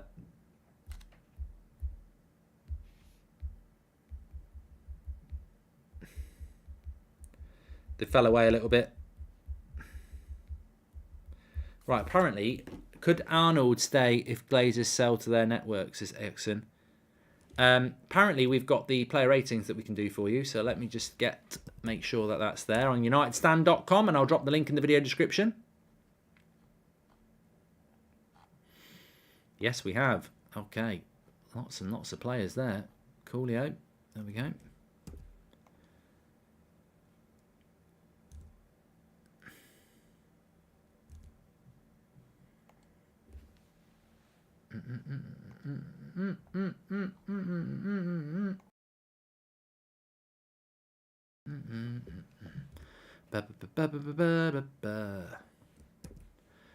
Okay, link is in the video description for you there.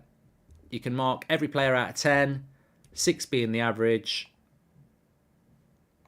That should work for you now. So every player out of 10, 6 being the average, and a star for your man of the match. You've got a lot of players to go through though. So get working on that and we'll go through it on the match reaction. Welcome to Members Club. Seb, thank you very much.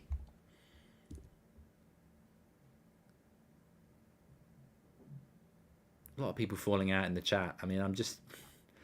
Never ceases to amaze me that people start thinking that this is an embarrassment because we've lost 4-2, and yet we knew before the game 80% of our first team is out, and we knew at half time we were picking a youth team, and yet people take it seriously. I don't know.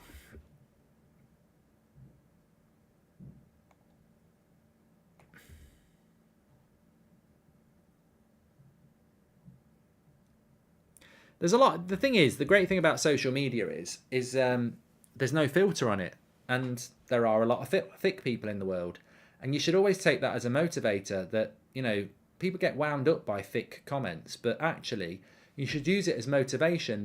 That's my chance in life, because there's a lot of people thicker than me, so more chance of me being intelligent and successful. There's also a lot of people winding you up as well, in which case don't let them.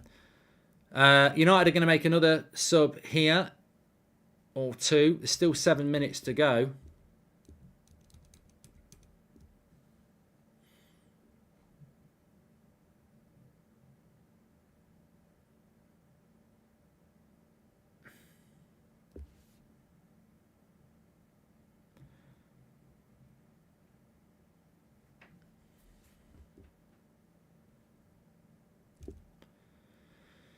I've got a stomachache now.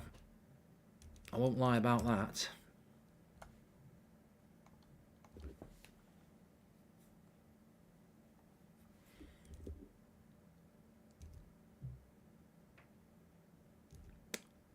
Have you enjoyed the first half or the second half more? I think they've both had their merits. I've enjoyed the second half because you get to see some of the younger players, of course, and you get to have a look at what they can do against a senior side, of which Cadiz are. But on the other hand, I think they started off well, but obviously their inexperience is inevitably going to show. I don't think that's a surprise. First half, I think there's a lot of disappointments. On my match reaction, I'm more going to talk about the first half, because these young players, most of them will never play for Man United. That's just a statistical thing. They won't play for Manchester United. Hopefully they all will, but they won't. But they'll hopefully all have careers elsewhere. The first half is players that are meant to be challenging for first team places, and yet there are young players in this second half who deserve them more. Like, I think the fullbacks in the second half have been better than the fullbacks in the first half. And yet those fullbacks in the first half are meant to be players that we should be giving another chance to. And, I think that's the interesting thing for me. It will be the interpretation that Erik ten Hag takes from this. But, I don't take the result too seriously, because ultimately it doesn't really matter, does it? But the overall story is, have these players given Erik ten Hag anything to think about? To which the answer is probably not. I thought Garnacho showed his quality again in bursts. I think Iqbal showed something again, like he did in the summer. Get Ollie and Teddy in. We need a miracle, says Eden. If we trash credits with our reserves, less chance of signings in January, says Peter. Who do you think's been the best player in the second half, says Vinny? It's very hard. It's really hard to say, because people will say Mainu because of the goal. Charlie McNeil's barely had a sniff. Charlie Savage has done okay. Defence has looked all right. One of their goals was offside as well.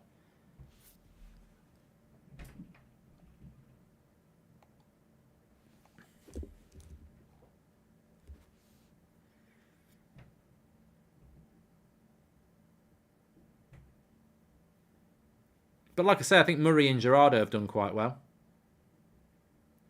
The fullbacks. The hardest job on that pitch is Mainu and Savage, because they're playing as a midfield two against experienced players. It's very hard. Very hard.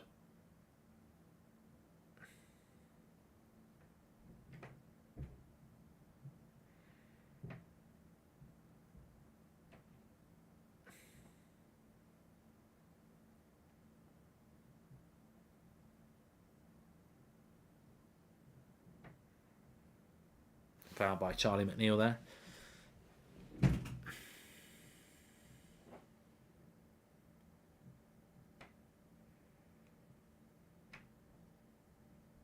Oh, I'm going to have a stretch here.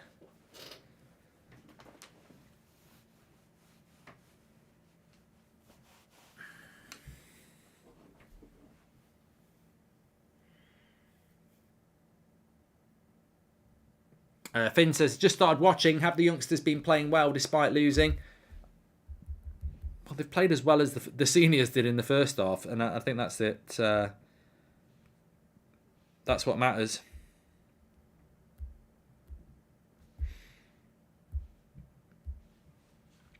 Lost my hope on McNeil. I see nothing special compared to a Musiala or a Makuku, says Dej. Come on, mate. I don't know whether that's a joke or not. You're judging somebody on a pre-season game where it's a youth team against a senior team. Imagine putting Charlie McNeil up front in the first half.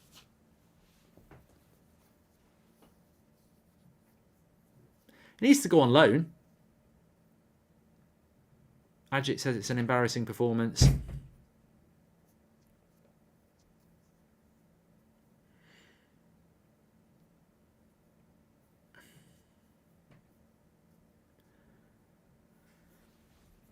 Ajit needs to get a life, really. If you're getting wound up about Man United losing 4-2 in a game against Cadiz, where it's the youth team playing for 45 minutes. Mark, do you think back in Ajax in the summer for Timber and maybe Edson Alvarez, says Leo J? I don't think we'll go in for Edson Alvarez. I think Ten Hag would find himself under a lot of pressure if he went and bought another 2 Ajax players, because I think people might quite rightly say, have you got any other plan? You know, you built Ajax without buying Ajax players. Why are you building Man United by constantly buying Ajax players? But he does like Timber, so he might go for him, but I don't think he'd go more. I don't think he'd go for 2 Ajax players.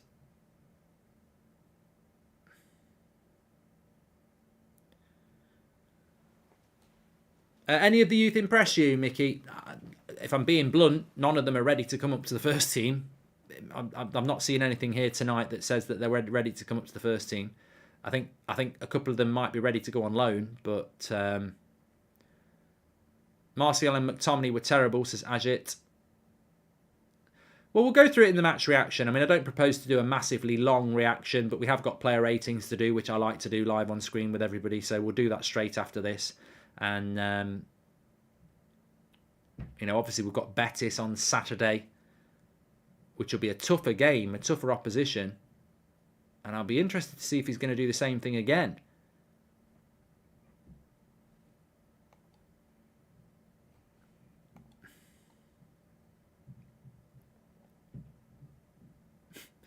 Andre says, I'm enjoying these youngsters. Okay. And the first team players can rest easy, says Malk.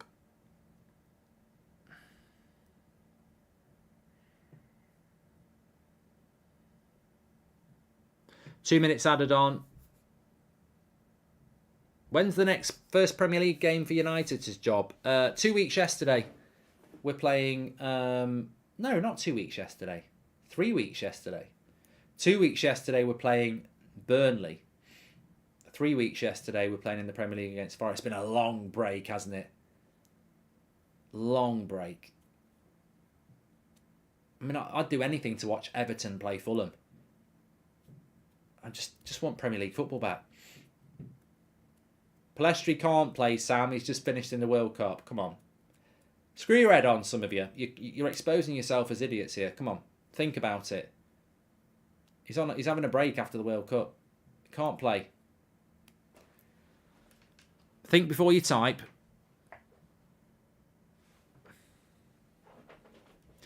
Fizz says he thinks it's a £50 million bargain for Gakpo. I think you're being mugged off, mate.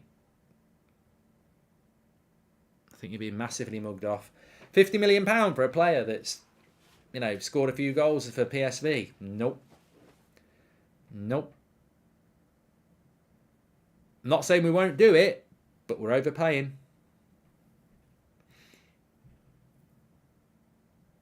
Yeah, I've not been impressed by Dubravka, Anakin. As a goalkeeper, I think he's been a bit shit. But that's the final whistle. Manchester United lose the game. I've played the game. They've lost the game 4-2. Lots to discuss, actually. Really want to dive into the first half. Donny van der Beek, Brandon Williams, Aaron Wan-Bissaka, Scott McTominay. Some really disappointing performances. Alanga again as well. We'll talk about that. We'll go through the individual player ratings as well. We'll go through the youth side that played in the second half.